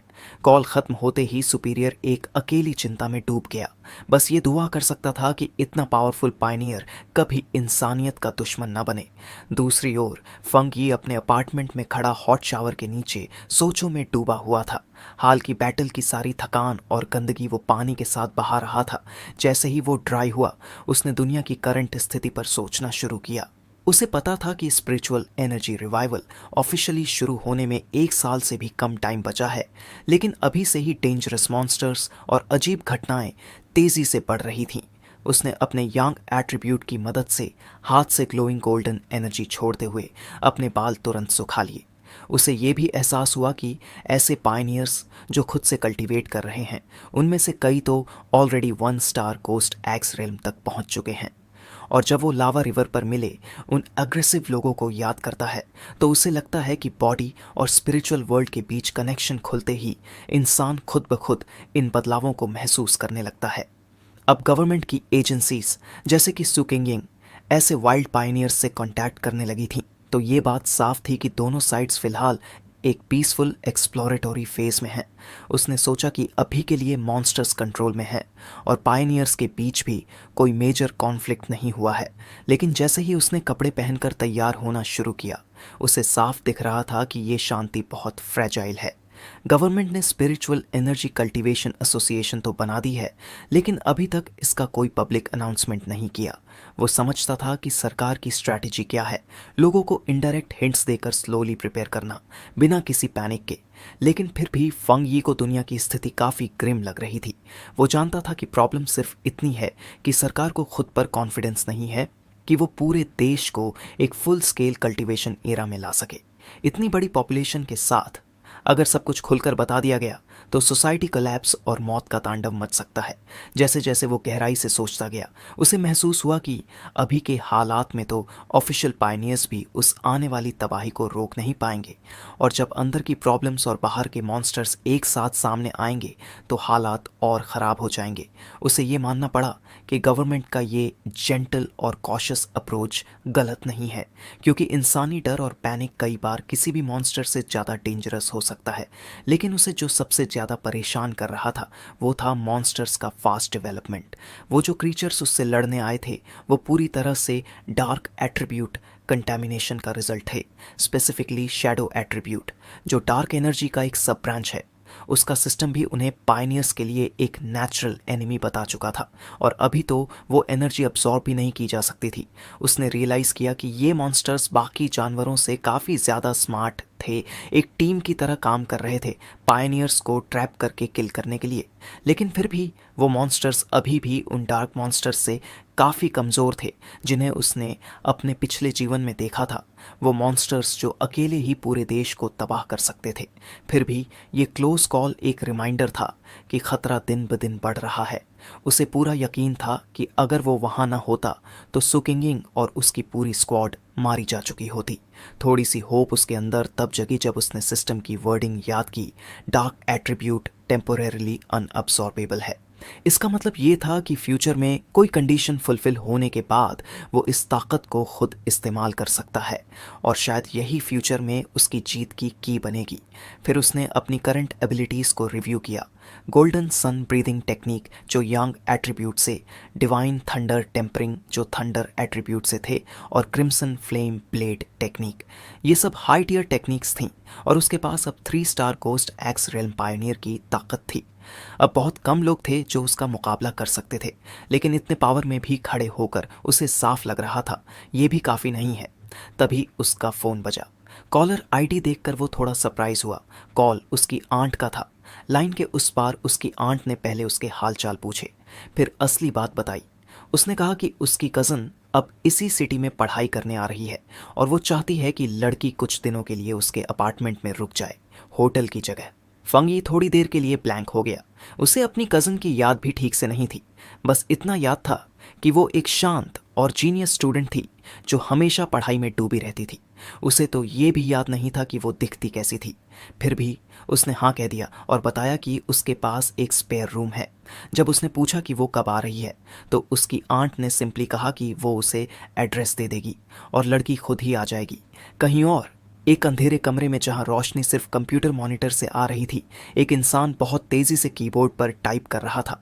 वो इंसान जिसने एक बड़ा हुडी पहना था और जिसके कान खुले थे, उसी के बाजू के कमरे से उसकी माँ की आवाज़ आ रही थी, जो फैंगी की आंटी थी, जो उसे बता रही थी कि वह कल दोपहर तक उसके घर पहुंच जाएगी और वो उसके लिए कुछ स्पेशल स्नैक्स भी भेजेगी।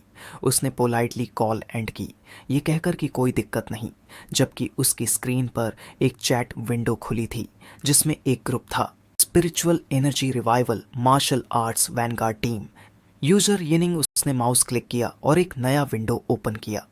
उसमें एक रूमर अलर्ट था, एक इंटरनेट फेमस टाउन के बारे में जिसे अब डेथ टाउन कहा जा रहा था। वहाँ 3 और लोग गायब हो चुके थे। सब कुछ जुड़ा हुआ था एक पोक बीस्ट चैलेंज से। आर्टिकल के साथ एक खून से सना हुआ इमेज भी था। उसकी चश्मे की ग्लासेस स्क्रीन की रोशनी में चमक रही थी और यिनिंग ने उस जगह को पहचान लिया, यांग हुओ टाउन।